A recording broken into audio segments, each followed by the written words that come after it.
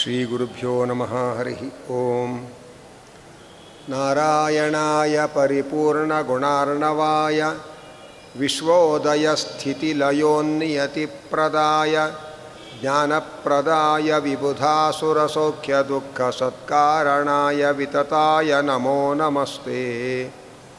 ಪ್ರಥಮೋ ಹನುಮಾನ್ ನಾಮ ದ್ವಿತೀಯೋ ಭೀಮ ಏವ ಚ ಪೂರ್ಣಪ್ರಜ್ಞಸ್ತೃತೀಯಸ್ತು ಭಗವತ್ಕಾರ್ಯಸಾಧಕಃ.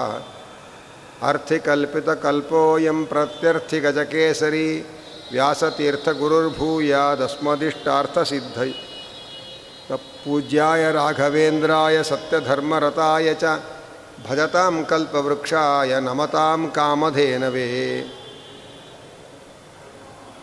ಶ್ರೀಮದ್ವ್ಯಾಸರಾಜರ ಆರಾಧನಾ ಅಂಗವಾಗಿ ಶ್ರೀ ವ್ಯಾಸರಾಜರು ರಚನೆ ಮಾಡಿರತಕ್ಕಂತಹ ವಾಯುಗದ್ಯದ ಚಿಂತನೆಯನ್ನು ನಿಮ್ಮ ಜೊತೆಯಲ್ಲಿ ಹಂಚಿಕೊಳ್ಳುವ ಅವಕಾಶವನ್ನು ಪರಮ ಪೂಜ್ಯ ಶ್ರೀಪಾದಂಗಳವರು ಅನುಗ್ರಹಪೂರ್ವಕವಾಗಿ ಒದಗಿಸಿಕೊಟ್ಟಿದ್ದಾರೆ. ಶ್ರೀಮದ್ ವ್ಯಾಸರಾಜರು ಪ್ರಾಣದೇವರನ್ನು ವಿಶೇಷವಾಗಿ ಒಲಿಸಿಕೊಂಡವರು ಅನ್ನುವುದು ಸುಪ್ರಸಿದ್ಧ. ಅನೇಕ ಪ್ರಾಣದೇವರ ಪ್ರತೀಕಗಳನ್ನು ಅನೇಕ ಸ್ಥಳಗಳಲ್ಲಿ ಪ್ರತಿಷ್ಠೆ ಮಾಡಿ ಪ್ರಾಣದೇವರ ನೇತೃತ್ವದಲ್ಲಿ ಇಡೀ ಹಿಂದೂ ಸಮಾಜದ ಒಂದು ಸಂಘಟನೆಯನ್ನು ರೂಪಿಸಿದಂತಹ ಮಹಾನುಭಾವರು ನಮ್ಮ ಶ್ರೀ ವ್ಯಾಸರಾಜರು ಅನ್ನುವುದನ್ನು ನಾವು ಗಮನಿಸಬೇಕು. ಅನೇಕ ಕಡೆಗಳಲ್ಲಿ ಶ್ರೀ ವ್ಯಾಸರಾಜರು ಪ್ರತಿಷ್ಠೆ ಮಾಡಿರುವ ಪ್ರಾಣದೇವರನ್ನು ಬ್ರಾಹ್ಮಣೇತರ ಅರ್ಚಕರು ಪೂಜೆ ಮಾಡ್ತಾರೆ. ಆದರೂ ಇವತ್ತಿಗೂ ಆ ಪ್ರಾಣದೇವರ ಮಹಿಮೆ ಮಾತ್ರ ಅಪಾರವಾಗಿ ಭಕ್ತರಿಗೆ ಅನುಭವಕ್ಕೆ ಬರ್ತಾ ಇದೆ. ಅಂತಹ ಒಂದು ಅದ್ಭುತವಾದಂತಹ ಪ್ರಾಣದೇವರ ಒಲುಮೆಗೆ ಪಾತ್ರರಾದ ಶ್ರೀಮದ್ ವ್ಯಾಸರಾಜರ ವಾಯುಗದ್ಯ ಎಂಬ ಗ್ರಂಥ, ಪುಟ್ಟ ಗ್ರಂಥ, ಅದರ ಚಿಂತನೆಯನ್ನು ನಿಮ್ಮ ಜೊತೆಯಲ್ಲಿ ಹಂಚಿಕೊಳ್ತಾ ಇದ್ದೇನೆ.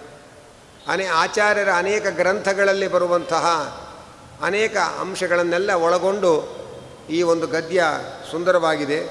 ಆರಂಭದಲ್ಲಿ ಭಾರತೀರಮಣಂ ವಾಯುಂ ಕಾರಣಂ ಸರ್ವಸಂಪದಾಂ ತಾರಕಂ ಭವಪಾತೋಧೇಹೆ ನಾರಾಯಣ ಪರಂ ನುಮಃ ಅಂತ ಒಂದು ಸುಂದರ ಅನುಷ್ಠುಪ್ ಶ್ಲೋಕದಲ್ಲಿ ಪ್ರಾಣದೇವರಿಗೆ ನಮಸ್ಕಾರ ಮಾಡ್ತಾ ಇದ್ದಾರೆ. ಎಲ್ಲ ಸಂಪತ್ತಿಗೆ ಕಾರಣರಾದ ಭಾರತೀ ರಮಣರಾದ ಸಂಸಾರದ ತಾಪವನ್ನು, ಸಂಸಾರದ ಸಮುದ್ರವನ್ನು ದಾಟಿಸುವಂತಹ ನಾರಾಯಣನ ಪರಮಭಕ್ತರಾದ ವಾಯುದೇವರಿಗೆ ನಮಸ್ಕಾರ ಮಾಡ್ತೇವೆ ಅಂತ ಆರಂಭದಲ್ಲಿ ಹೇಳ್ತಾರೆ. ಅನಂತರ ಅಲ್ಲಿ ನಾರಾಯಣ ಪರಂ ನುಮಃ ಅಂತಿದೆ. ನುಮಃ ಅಂದರೆ ಪ್ರಾಣದೇವರನ್ನು ಸ್ತೋತ್ರ ಮಾಡೋಣ ಹಾಗೆ ಅಂತ ಅಭಿಪ್ರಾಯವನ್ನು ಹೇಳ್ತಾ ಇದ್ದಾರೆ. ಓಂ ಶ್ರೀಮತೆ ಧರ್ಮ ಜ್ಞಾನ ವೈರಾಗ್ಯ ಐಶ್ವರ್ಯಾದಿ ಗುಣವತೆ. ಎಲ್ಲ ಪ್ರಾಣದೇವರ ಮಹಿಮೆಗಳನ್ನೆಲ್ಲ ಹೇಳಿಕೊಂಡು ಕೊನೆಯ ಒಳಗೆ ಪ್ರಾಣದೇವರ ಸ್ತೋತ್ರವನ್ನು ಉಪಸಂಹಾರ ಮಾಡ್ತಾರೆ. ಆರಂಭದಲ್ಲಿ ಶ್ರೀಮತೆ ಧರ್ಮಜ್ಞಾನ ವೈರಾಗ್ಯ ಐಶ್ವರ್ಯಾದಿ ಗುಣವತೆ ಅಂತ ಹೇಳ್ತಾ ಇದ್ದಾರೆ. ಧರ್ಮ, ಜ್ಞಾನ, ವೈರಾಗ್ಯ, ಐಶ್ವರ್ಯವೇ ಮೊದಲಾದಂತಹ ಸದ್ಗುಣಗಳಿಂದ ತುಂಬಿದವರಿಗೆ ನಮಸ್ಕಾರ ಹಾಗೆ ಅಂತ. ಇಲ್ಲಿ ನಾವು ಗಮನಿಸಬೇಕಾದದ್ದು ಅನೇಕ ಪ್ರಾಣದೇವರ ಗುಣಗಳಿದೆ. ಆದರೆ ಧರ್ಮ, ಜ್ಞಾನ, ವೈರಾಗ್ಯ, ಐಶ್ವರ್ಯ ಅಂತ ಇಷ್ಟು ಗುಣಗಳನ್ನು ವಿಶೇಷವಾಗಿ ಉಲ್ಲೇಖ ಮಾಡಿ ಇವೇ ಮೊದಲಾದ ಗುಣವುಳ್ಳವರು ಹಾಗೆ ಅಂತ ಇದ್ದಾರೆ. ಅದನ್ನೇ ಯಾಕೆ ವಿಶೇಷವಾಗಿ ಪರಿಗ್ರಹಣ ಮಾಡಿದ್ದಾರೆ ಅಂತಂದರೆ, ಉಪನಿಷತ್ತುಗಳಲ್ಲಿ ಬರುತ್ತೆ ಪ್ರಾಣದೇವರ 4 ರೂಪಗಳಿದೆ. ಧರ್ಮ, ಜ್ಞಾನ, ವೈರಾಗ್ಯ, ಐಶ್ವರ್ಯ ಅಂತ ಹೇಳಿ ಪ್ರಾಣದೇವರ 4 ರೂಪಗಳಿದೆ. ಆ 4 ರೂಪಗಳಿಂದ ಧರ್ಮ ಅನ್ನೋ ರೂಪದಿಂದ ಎಲ್ಲ ಸಜ್ಜನರಲ್ಲಿ ನಿಂತು ಧರ್ಮಕ್ಕೆ ಪ್ರವರ್ತಕರಾಗ್ತಾರೆ. ನಾವೇನೇ ಧರ್ಮಾಚರಣೆಯನ್ನು ನಡೆಸಿದರೆ ಅದರ ಹಿನ್ನೆಲೆಯಲ್ಲಿ ಪ್ರಾಣದೇವರ ಧರ್ಮ ಎಂಬ ರೂಪದ ಪ್ರೇರಣೆ ಇದೆ ಅನ್ನುವುದನ್ನು ತಿಳಿಸ್ತಾರೆ. ಹಾಗೆ ನಮ್ಮಲ್ಲಿ ಏನೇ ಭಗವಂತನ ಜ್ಞಾನ ಸಂಪಾದನೆ ಮಾಡಿದರೆ ಅದಕ್ಕೆ ಜ್ಞಾನ ಅಂತಲೇ ಪ್ರಾಣದೇವರ ಒಂದು ರೂಪ ಇದೆ. ಆ ರೂಪ ನಮ್ಮೊಳಗೆ ನಿಂತು ನಮಗೆ ಜ್ಞಾನವನ್ನು ಉಂಟು ಮಾಡುತ್ತೆ ಅನ್ನುವುದನ್ನು ತಿಳಿಸ್ತಾ ಇದ್ದಾರೆ. ಹಾಗೆ ಸಾಧಕನಿಗೆ ಇರಬೇಕಾದದ್ದು ಮುಖ್ಯವಾಗಿ ವೈರಾಗ್ಯ. ಪ್ರಾಣದೇವರ ವೈರಾಗ್ಯ ಅಂತಲೇ ಒಂದು ರೂಪ ಇದೆ. ಆ ವೈರಾಗ್ಯ ಎಂಬ ರೂಪದಿಂದ ಸಾಧಕರಲ್ಲಿ ನಿಂತು ಅವರಿಗೆ ವಿಷಯ ವೈರಾಗ್ಯವನ್ನು ಉಂಟು ಮಾಡಿ ಅನುಗ್ರಹ ಮಾಡುವವರು ಪ್ರಾಣದೇವರು ಅನ್ನುವಂಥ ಮಾತು ಉಪನಿಷತ್ತಲ್ಲಿ ಬರ್ತಾ ಇದೆ. ಹಾಗೆ ಐಶ್ವರ್ಯ ಅಂತ ಪ್ರಾಣದೇವರ ಒಂದು ರೂಪ ಇದೆ. ಐಶ್ವರ್ಯ ಅಂದರೆ ಒಡೆತನ ಅಥವಾ ಸಾಮರ್ಥ್ಯ ಅಂತ ಅರ್ಥ.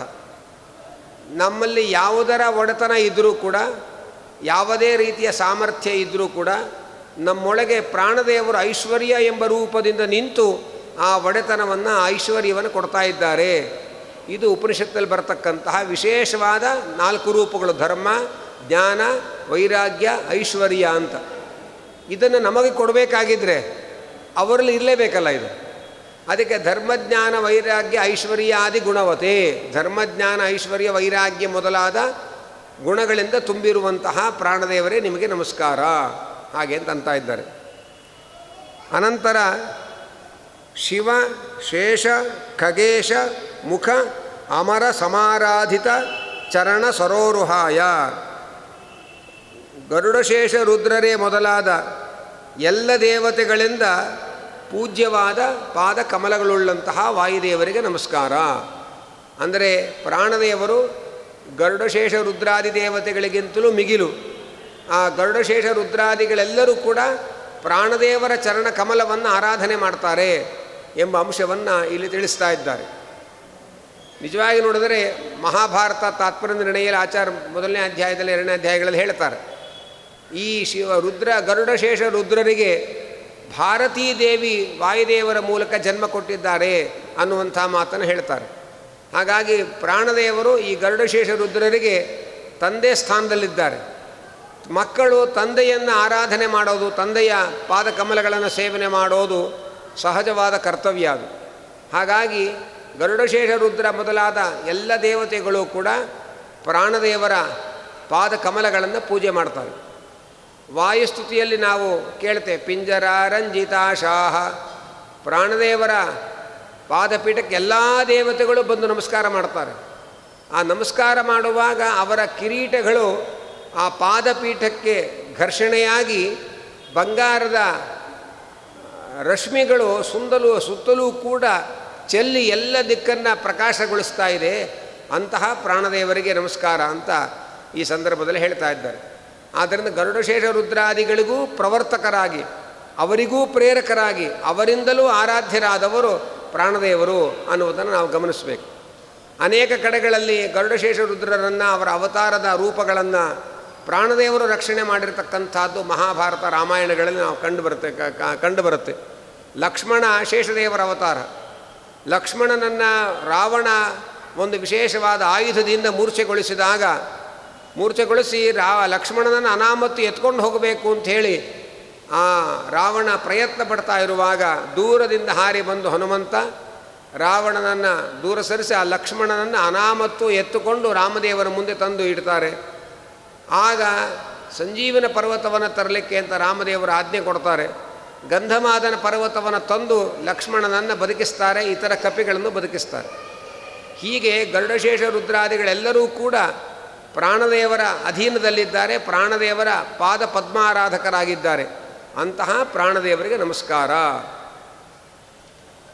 ಅನಂತರ ರಿಪುದುಃಖ ಸಹಾಯ ಎಂಬುದಾಗಿ ಹೇಳ್ತಾ ಇದ್ದಾರೆ. ರಿಪುದುಃಖ ಸಹಾಯ ಅಂದರೆ ದೈತ್ಯರು ಏನೇ ಹಿಂಸೆ ಕೊಟ್ಟರು ಅದನ್ನೆಲ್ಲ ಸಹಿಸಿಕೊಂಡು ಅದರಿಂದ ವಿಕಾರವಾಗದೇ ಇರತಕ್ಕಂಥವರು ಎಂಬುದಾಗಿ ತಿಳಿಸ್ತಾ ಇದ್ದಾರೆ. ಬೇಕಾದಷ್ಟು ಹಿಂಸೆ ಕೊಟ್ಟರು ಪ್ರಾಣದೇವರಿಗೆ ಉಳಿದ ದೈತ್ಯರು. ಎಷ್ಟೇ ಶತ್ರುಗಳು ಬಾಧೆ ಕೊಟ್ಟರು ಕೂಡ ಅದರಿಂದ ನಿರ್ವಿಕಾರವಾಗಿರ್ತಕ್ಕಂಥವರು ಪ್ರಾಣದೇವರು ಅನ್ನುವುದನ್ನು ತಿಳಿಸ್ತಾ ಇದ್ದಾರೆ. ಅದನ್ನೇ ವಾಯುಸ್ತುತಿಯಲ್ಲಿ ತ್ರಿಷ್ವಪ್ಯೇವಾವತಾರೇಷು ಅರಿಭಿರಪಘೃಣಂ ಹಿಂಸಿತೋ ನಿರ್ವಿಕಾರ, ಇದನ್ನೇ ವ್ಯಾಸರಾಜರು ಈ ನುಡಿಯಲ್ಲಿ ಹೇಳಿರೋದು. ತ್ರಿಷ್ವಪ್ಯೇವ ಅವತಾರೇಶು, 3 ಅವತಾರಗಳಲ್ಲಿಯೂ ಕೂಡ ಅರಿಭಿಹಿ ಶತ್ರುಗಳು ಅಪಘೃಣಂ ನಿರ್ದಯವಾಗಿ ಹಿಂಸೆಗೊಳಿಸಿದರೂ ಕೂಡ ನಿರ್ವಿಕಾರವಾಗಿರ್ತಕ್ಕಂಥವರು ಪ್ರಾಣದೇವರು ಎಂಬುದಾಗಿ ವಾಯುಸ್ತುತಿಯಲ್ಲಿ ವರ್ಣನೆ ಮಾಡ್ತಾ ಇದ್ದಾರೆ. ಸರ್ವಜ್ಞ ಸರ್ವಶಕ್ತಿ ಸಕಲ ಗುಣಗಣ ಪೂರ್ಣರೂಪ ಪ್ರಗಲ್ಭ ಸ್ವಚ್ಛಂದ ಮೃತ್ಯು ಸುಖಹಿ ಸಿಹಿ ಸುಜನಂ ದೇವ ಕಿಂ ಚಿತ್ರಮತ್ರ ತ್ರಾತ ಯಸ್ಯ ತ್ರಿಧಾಮ ಜಗದುತವಶಕಂ ಕಿಂಕರಾಶಂಕರಾದ್ಯಾಹ. ಇಡೀ ಈ ಪದ್ಯದ ಸಾರವನ್ನು ಶ್ರೀ ವ್ಯಾಸರಾಜರು ಇಲ್ಲಿ ಸಂಗ್ರಹ ಮಾಡಿದ್ದಾರೆ. ಅಲ್ಲಿ ಹೇಳ್ತಾ ಇದ್ದಾರೆ, ಕಿಂಕರಾಹ ಶಂಕರಾದ್ಯಾಹ, ರುದ್ರಾದಿ ದೇವತೆಗಳೆಲ್ಲ ವಾಯುದೇವರ ಕಿಂಕರರು ಅನ್ನುವುದನ್ನು ಹೇಳ್ತಾ ಇದ್ದಾರೆ. ಅದನ್ನೇ ಇಲ್ಲಿ ಶಿವಶೇಷ ಖಗೇಶ ಮುಖ ಅಮರ ಸಮಾರಾಧಿತ ಚರಣ ಸರೋರುಹಾಯ ಎಂಬ ವಿಶೇಷಣದ ಮೂಲಕ ಇದೇ ಪದ್ಯದ ಅಭಿಪ್ರಾಯವನ್ನು ಅಲ್ಲಿ ಹೇಳ್ತಾ ಇದ್ದಾರೆ. ಅದರಂತೆ 3 ಅವತಾರಗಳಲ್ಲಿಯೂ ಕೂಡ ಆಚಾರ್ಯರು ವಾಯುದೇವರು ಶತ್ರುಗಳಿಂದ ನಿರ್ದಯವಾಗಿ ಹಿಂಸಿಸಲ್ಪಟ್ಟರೂ ಕೂಡ ನಿರ್ವಿಕಾರರಾಗಿ ಸರ್ವಜ್ಞರಾಗಿ ಸರ್ವಶಕ್ತರಾಗಿ ಸಕಲ ಗುಣವಂತರಾಗಿ ಕಂಗೊಳಿಸಿದ್ದಾರೆ ಎಂಬ ಅಂಶವನ್ನು ಏನು ವಾಯುಸ್ತುತಿ ಹೇಳ್ತಾ ಇದೆ ಅದನ್ನೇ ಶ್ರೀಮದ್ ವ್ಯಾಸರಾಜರು ರಿಪು ದುಃಖ ಸಹಾಯ ಎಂಬುದಾಗಿ ಹೇಳ್ತಾ ಇದ್ದಾರೆ. ಅಂದರೆ ಶತ್ರುಗಳು ಕೊಟ್ಟ ಎಲ್ಲ ಹಿಂಸೆಗಳಿಗೂ ನಿರ್ವಿಕಾರವಾಗಿರತಕ್ಕಂಥವು. ನಾವು ಹನುಮಂತನ ಅವತಾರ ತೆಗೆದುಕೊಂಡ್ರೆ ಹನುಮಂತನಿಗೆ ಬಾಲಕ್ಕೆ ಬೆಂಕಿ ಇಟ್ಟಿದ್ದಾರೆ. ಹನುಮಂತನ ಬಾಲಕ್ಕೆ ಬೆಂಕಿ ಇಟ್ಟರೂ ಕೂಡ ಹನುಮಂತ ಅದರಿಂದ ಏನೂ ವಿಕಾರಗೊಳ್ಳದೆ ಅದೇ ಬೆಂಕಿಯಿಂದ ಲಂಕಾ ದಹನ ಮಾಡಿ ಅವರು ವಿಜೃಂಭಿಸುತ್ತಾ ವಾಪಸ್ ಬಂದಿದ್ದಾರೆ. ಅನಂತರ ಭೀಮಸೇನನ ಅವತಾರದಲ್ಲಿ ಅರಗಿನ ಮನೆಯಲ್ಲಿ ಪಾಂಡವರನ್ನು ಉಳಿಸಿ ಅವರನ್ನು ಬೆಂಕಿ ಹಚ್ಚಿ ಸಾಯಿಸಬೇಕು ಅಂತ ದುರ್ಯೋಧನ ಉಪಾಯ ಮಾಡಿದಾಗ ಭೀಮಸೇನ ಅಲ್ಲಿದ್ದ ಪುರೋಚನ, ಆ ಪುರೋಚನನ ಅಕ್ಕ, ಅವರ 5 ಜನ ಮಕ್ಕಳು ಅವರನ್ನೆಲ್ಲ ಸೇರಿಸಿ ತಾನೇ ಅವರಿಗೆ ಬೆಂಕಿ ಇಟ್ಟು ಅಲ್ಲಿಂದ ನಿರ್ವಿಕಾರವಾಗಿ ಪಾರಾಗಿದ್ದಾನೆ ಅನ್ನುವ ಚರಿತ್ರೆಯನ್ನು ನಾವು ಕೇಳ್ತಾ ಇದ್ದೇವೆ. ಅನಂತರ ಘೋರವಾದ ಯುದ್ಧಗಳಲ್ಲಿ ಆ ಸುಂದರಕಾಂಡದ ಕಥೆಯಲ್ಲಿ ಬರ್ತು ನೋಡಿ. ಅಶೀತಿ ಕೋಟಿ ಯೂಥ ಪಂಪುರಸ್ವರಾಷ್ಟಕಾಯುತಂ 80 ಕೋಟಿ ಯೂಥಪರು, 80,000 ಅವರ ಅದಕ್ಕೆ ಅಗ್ರಗಣ್ಯರು. ಅಂಥ ಬೃಹತ್ತಾದ ರಾವಣನ ಕಡೆಯ ಶತ್ರು ಸೈನ್ಯ ಹನುಮಂತನ ಮೇಲೆ ನಾನಾ ಆಯುಧಗಳನ್ನೆಲ್ಲ ಪ್ರಯೋಗ ಮಾಡಿಕೊಂಡು ನುಗ್ಗಿ ಬಂದರೆ ಹನುಮಂತ ತಲ ಪ್ರಹಾರ ಚೂರ್ಣಿತಾನ್, ಬರೇ ಅಂಗೈ ಮುಂಗೈ ಪ್ರಹಾರದಲ್ಲೇ ಎಲ್ಲ ಶತ್ರುಗಳಾದ ಸದೆಬಡಿದು ನಿರ್ವಿಕಾರನಾಗಿ ಕಂಗೊಳಿಸ್ತಾ ಇದ್ದಾನೆ ಅನ್ನುವುದು ನಾವು ಸುಂದರಕಾಂಡದ ಕಥೆಯಲ್ಲಿ ಕೇಳ್ತೇವೆ. ಹಾಗೆ ಭೀಮಸೇನಾದಿಗಳು ಕೂಡ ಕಿರ್ಮೀರ, ಹಿಡಂಬಕ ಮೊದಲಾದವರೆಲ್ಲ, ಬಕಾಸುರ ಮೊದಲಾದವರೆಲ್ಲ ಭೀಮಸೇನನ ಮೇಲೆ ಯುದ್ಧಕ್ಕೆ ಬಂದು ಅವನನ್ನು ಹಿಂಸೆಗೊಳಿಸಬೇಕು ಅಂತ ಬಂದರೆ ಅವರನ್ನೆಲ್ಲ ಸದೆಬಡಿದು ಭೀಮಸೇನ ವಿರಾಜಮಾನನಾಗಿದ್ದಾನೆ. ಹೀಗೆ ಶತ್ರುಗಳು ಏನೇ ಹಿಂಸೆ ಕೊಟ್ಟರೂ ಕೂಡ ಅದೆಲ್ಲವನ್ನೂ ಕೂಡ ಸಹಿಸಿಕೊಂಡದ್ದು ಮಾತ್ರ ಅಲ್ಲ, ಅದರಿಂದ ಯಾವ ವಿಕಾರಕ್ಕೆ ಒಳಗಾಗದೆ ಅತ್ಯಂತ ಪ್ರಕಾಶಮಾನರಾದವರು ವಾಯುದೇವರು ಎಂಬ ಅಂಶವನ್ನು ನಾವಿಲ್ಲಿ ವ್ಯಾಸರಾಜರ ಮಾತಿನಲ್ಲಿ ಕಾಣಬಹುದಾಗಿದೆ. ಅದರಂತೆ ಆಚಾರ್ಯರ ಚರಿತ್ರೆ ಒಳಗೂ ಕೂಡ ಆಚಾರ್ಯರ ಚರಿತ್ರೆ ಒಳಗೆ ಒಂದು ಘಟನೆ ಬರುತ್ತೆ. ಇಕ್ಕಳವನ್ನು ಹಾಕಿ ಆಚಾರ್ಯರ ರೋಮವನ್ನು ಹಿಡಿದು ಎಳೆಯುವಂಥ ಪ್ರಸಂಗ ಮಾಡಿದರಂತೆ. ಆದರೂ ಏನೂ ಆಗದೆ ಅವರು ವ್ಯರ್ಥವಾಗಿದ್ದಾರೆ ಶತ್ರುಗಳು. ಅವರು ವೇದೋಚ್ಚಾರಣೆ ಮಾಡುವಾಗ ಕಂಠವನ್ನೇ ಅವರು ಒತ್ತಿ ಹಿಡಿಲಿಕ್ಕೆ ಬಂದಿದ್ದಾರಂತೆ. ಆಚಾರ್ಯರ ಕಂಠವನ್ನು ಒತ್ತಿ ಹಿಡಿದರೂ ಕೂಡ ಏನೂ ಆಗದೆ ಅವರು ಹಾಗೇ ಭಗವಂತನ ಸ್ತೋತ್ರವನ್ನು ಮಾಡ್ತಾ ಇದ್ದಾರೆ ಅಂತ ನಾವು ಕೇಳ್ತೇವೆ. ಅದೇ ಆಚಾರ್ಯರು ತಮ್ಮ ಮಠದ ಶಿಷ್ಯರು ತಾವು ಬಲಿಷ್ಠರು ಅಂತ ಅವರವರೇ ತಮ್ಮ ಗೋಷ್ಠಿ ಒಳಗೆ ಕೊಚ್ಚಿಕೊಳ್ತಾ ಇದ್ದಾಗ ನೆಲದ ಮೇಲಿಟ್ಟ ಹೆಬ್ಬೆರಳನ್ನು ಎತ್ತಲಿಕ್ಕೆ ಅವರು ಅಸಮರ್ಥರಾದ ಘಟನೆಯನ್ನು ಕೂಡ ಮಧ್ವವಿಜಯ ಉಲ್ಲೇಖ ಮಾಡ್ತಾ ಇದೆ. ಹೀಗೆ ಯಾವುದೇ ರೂಪದಲ್ಲೂ ಕೂಡ ಅವತಾರ ರೂಪಗಳಲ್ಲಿಯೂ ಶತ್ರುಗಳು ಏನೇ ಹಿಂಸೆಗಳು ಕೊಟ್ಟರೂ ಅದರಿಂದ ನಿರ್ವಿಕಾರವಾಗಿರತಕ್ಕಂಥವರು ಆಚಾರ್ಯರು, ವಾಯುದೇವರು ಅನ್ನುವುದನ್ನು ರಿಪು ದುಃಖ ಸಹಾಯ ಎಂಬುದಾಗಿ ಹೇಳ್ತಾ ಇದ್ದಾರೆ. ಅನಂತರ ಮುಂದೆ ಪ್ರಾಣದೇವರ ಸುಂದರವಾದ ರೂಪದ ವರ್ಣನೆಯನ್ನು ಮಾಡ್ತಾ ಇದ್ದಾರೆ. ಪಂಚಬಾಣ ತೂಣೀರ ನಿಭಜಂಘಾಯ ಅಂದರೆ ಪಂಚಬಾಣ ಅಂದರೆ ಮನ್ಮಥ, ತೂಣೀರ ಅಂದರೆ ಬತ್ತಳಿಕೆ. ಮನ್ಮಥನ ಬಾಣಗಳ ಬತ್ತಳಿಕೆಯಂತೆ ಇರತಕ್ಕ ತೊಡೆ ಉಳ್ಳ ಜಂಘಾ ಪ್ರದೇಶವುಳ್ಳವರು. ಆ ಬತ್ತಳಿಕೆ ಹೀಗಿರುತ್ತೆ. ಪ್ರಾಣದೇವರ ಜಂಘಾ ಕೂಡ ಅದೇ ಶೇಪಲ್ಲಿದೆ ಅಂತ ಅರ್ಥ. ಹಾಗೆ ಬತ್ತಳಿಕೆಯ ಆಕಾರದಲ್ಲಿ ಸುಂದರವಾಗಿರತಕ್ಕಂತಹ ಜಂಘೆ ಉಳ್ಳವರು ಪ್ರಾಣದೇವರು. ಪರಾಕೃತ ಪರಮೋತ್ಸಾಹ ವರ್ಜನ ಅತಿರಿಕ್ತ ದೋಷ ಸಂಘಾಯ. ಪ್ರಾಣದೇವರನ್ನು ನಿರ್ದೋಷರು ಅಂತ ಹೇಳ್ತಾರೆ. ಆಮೇಲೆ ಸ್ವಲ್ಪ ವೇದಾಂತದಲ್ಲಿ ಚರ್ಚೆ ಮಾಡ್ತಾರೆ. ಏನು ಅಂದರೆ ಪ್ರಾಣದೇವರಿಗೆ ಸಂಸಾರದ ಬಂಧನ ಇದೆಯೋ ಇಲ್ವೋ, ಸಂಸಾರದಲ್ಲಿದ್ದಾರೆ ಪ್ರಾಣದೇವರು. ಪ್ರಾಣದೇವರಿಗೂ ಸಂಸಾರಾವಸ್ಥೆ ಇದೆ ಅಂತಾದ ಮೇಲೆ ಅವರಿಗೆ ಕರ್ಮದ ಬಂಧನಗಳಿದೆಯೋ ಇಲ್ವೋ? ಇಲ್ಲ, ಹಾಗೇ ಮೋಕ್ಷ ಕೊಡ್ತಾನೆ ಅಂದರೆ ಪರಮಾತ್ಮನಲ್ಲಿ ವೈಷಮ್ಯ ದೋಷ ಬರುತ್ತೆ. ಆದ್ದರಿಂದ ಪ್ರಾಣದೇವರಲ್ಲಿ ಸಂಸಾರಾವಸ್ಥೆಗೆ ಕಾರಣವಾಗುವಂತಹ ಒಂದೇ ಒಂದು ದೋಷ ಇದೆ ಅಂತ, ಇನ್ಯಾವ ದೋಷವೂ ಇಲ್ಲ ಅಂತ ಇದ್ದಾರೆ. ಅದೇನು ಅಂದರೆ ಪರಮೋತ್ಸಾಹ ವರ್ಜನಂ ಅಂತ ಒಂದು ದೋಷ. ಪರಮೋತ್ಸಾಹ ವರ್ಜನ ಅನ್ನೋ ದೋಷ ಒಂದು ಬಿಟ್ಟು ಇನ್ಯಾವ ದೋಷವೂ ಇಲ್ಲ. ಪರಾಕೃತ ಪರಮೋತ್ಸಾಹ ವರ್ಜನ ಅತಿರಿಕ್ತ ದೋಷ ಸಂಘಾಯ. ಪರಮೋತ್ಸಾಹ ವರ್ಜನಕ್ಕಿಂತ ಅತಿರಿಕ್ತವಾದ ಯಾವ ದೋಷಗಳು ಅವರಲ್ಲಿಲ್ಲ. ಹಾಗಾದರೆ ಪರಮೋತ್ಸಾಹ ವರ್ಜನ ಅಂದರೆ ಏನರ್ಥ? ಪರಮೋತ್ಸಾಹ ವರ್ಜನ ಅಂತಂದರೆ ಅವರು ಭಗವಂತನ ಎಷ್ಟು ಗುಣಗಳನ್ನು ಉಪಾಸನೆ ಮಾಡಲಿಕ್ಕೆ ಯೋಗ್ಯತೆ ಇದೆಯೋ ಭಗವಂತನ ಸಾಕ್ಷಾತ್ಕಾರದವರೆಗೆ ಅಷ್ಟು ಪೂರ್ತಿ ಉಪಾಸನೆ ಮಾಡಲಿಕ್ಕೆ ಉತ್ಸಾಹ ಕಡಿಮೆ ಇದೆ ಅಂತ ವರ್ಣನೆ ಮಾಡ್ತಾರೆ. ಸತ್ತತ್ವ ರತ್ನಮಾಲಾ ಅನ್ನುವ ಗ್ರಂಥದಲ್ಲಿ ಇದನ್ನು ಚರ್ಚೆ ಮಾಡ್ತಾರೆ. ಆನಂತರ ಪರಮಾತ್ಮನ ಸಾಕ್ಷಾತ್ಕಾರ ಆದ ಮೇಲೆ ಅವರಿಗೆ ಯೋಗ್ಯವಾದ ಎಲ್ಲ ಗುಣಗಳನ್ನು ಉಪಾಸನೆ ಮಾಡ್ತಾರೆ. ಇದು ದೋಷ ಅಂದರೆ ಏನರ್ಥ ಅದನ್ನು ಚರ್ಚೆ ಮಾಡ್ತಾರೆ. ದೋಷ ಅಂತಂದರೆ ಗುಣದಲ್ಲಿ ಚೂರು ನ್ಯೂನತೆ ಅಂತ ಅರ್ಥವೇ ಹೊರತು ನಮ್ಮಲ್ಲಿರೋ ಹಾಗೆ ಬೇರೆ ದೋಷ ಅಂತ ಅಲ್ಲ. ಪರಮೋತ್ಸಾಹ ವರ್ಜನ ಅನ್ನೋದು ಅವರಿಗೆ ಸಂಸಾರಕ್ಕೆ ಆಪಾದಕವಾದ ಒಂದು ದೋಷ ಅನ್ನೋ ಶಬ್ದದ ಇಲ್ಲಿ ಅಭಿಪ್ರಾಯ.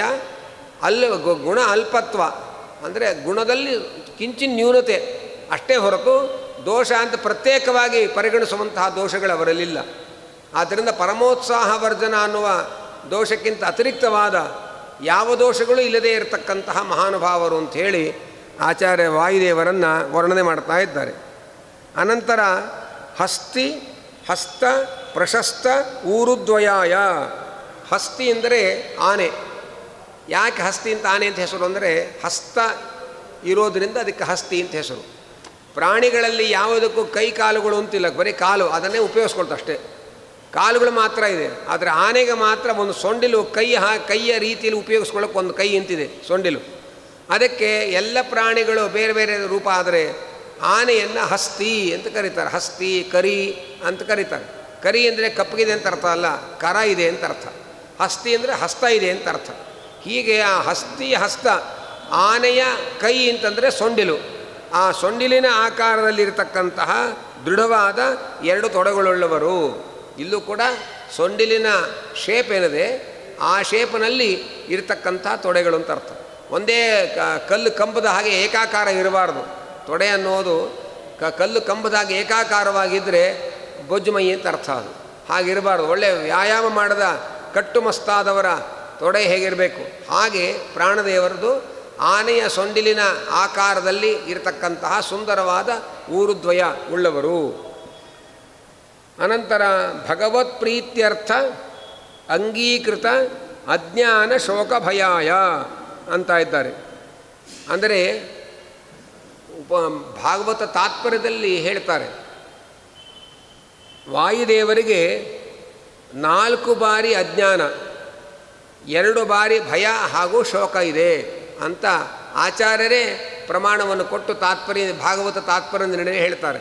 ಅಜ್ಞಾನಂಚ ಚತುರ್ವಾರಂ ದ್ವಿವಾರಂ ಭಯಮೇವಚ ಅಂತ.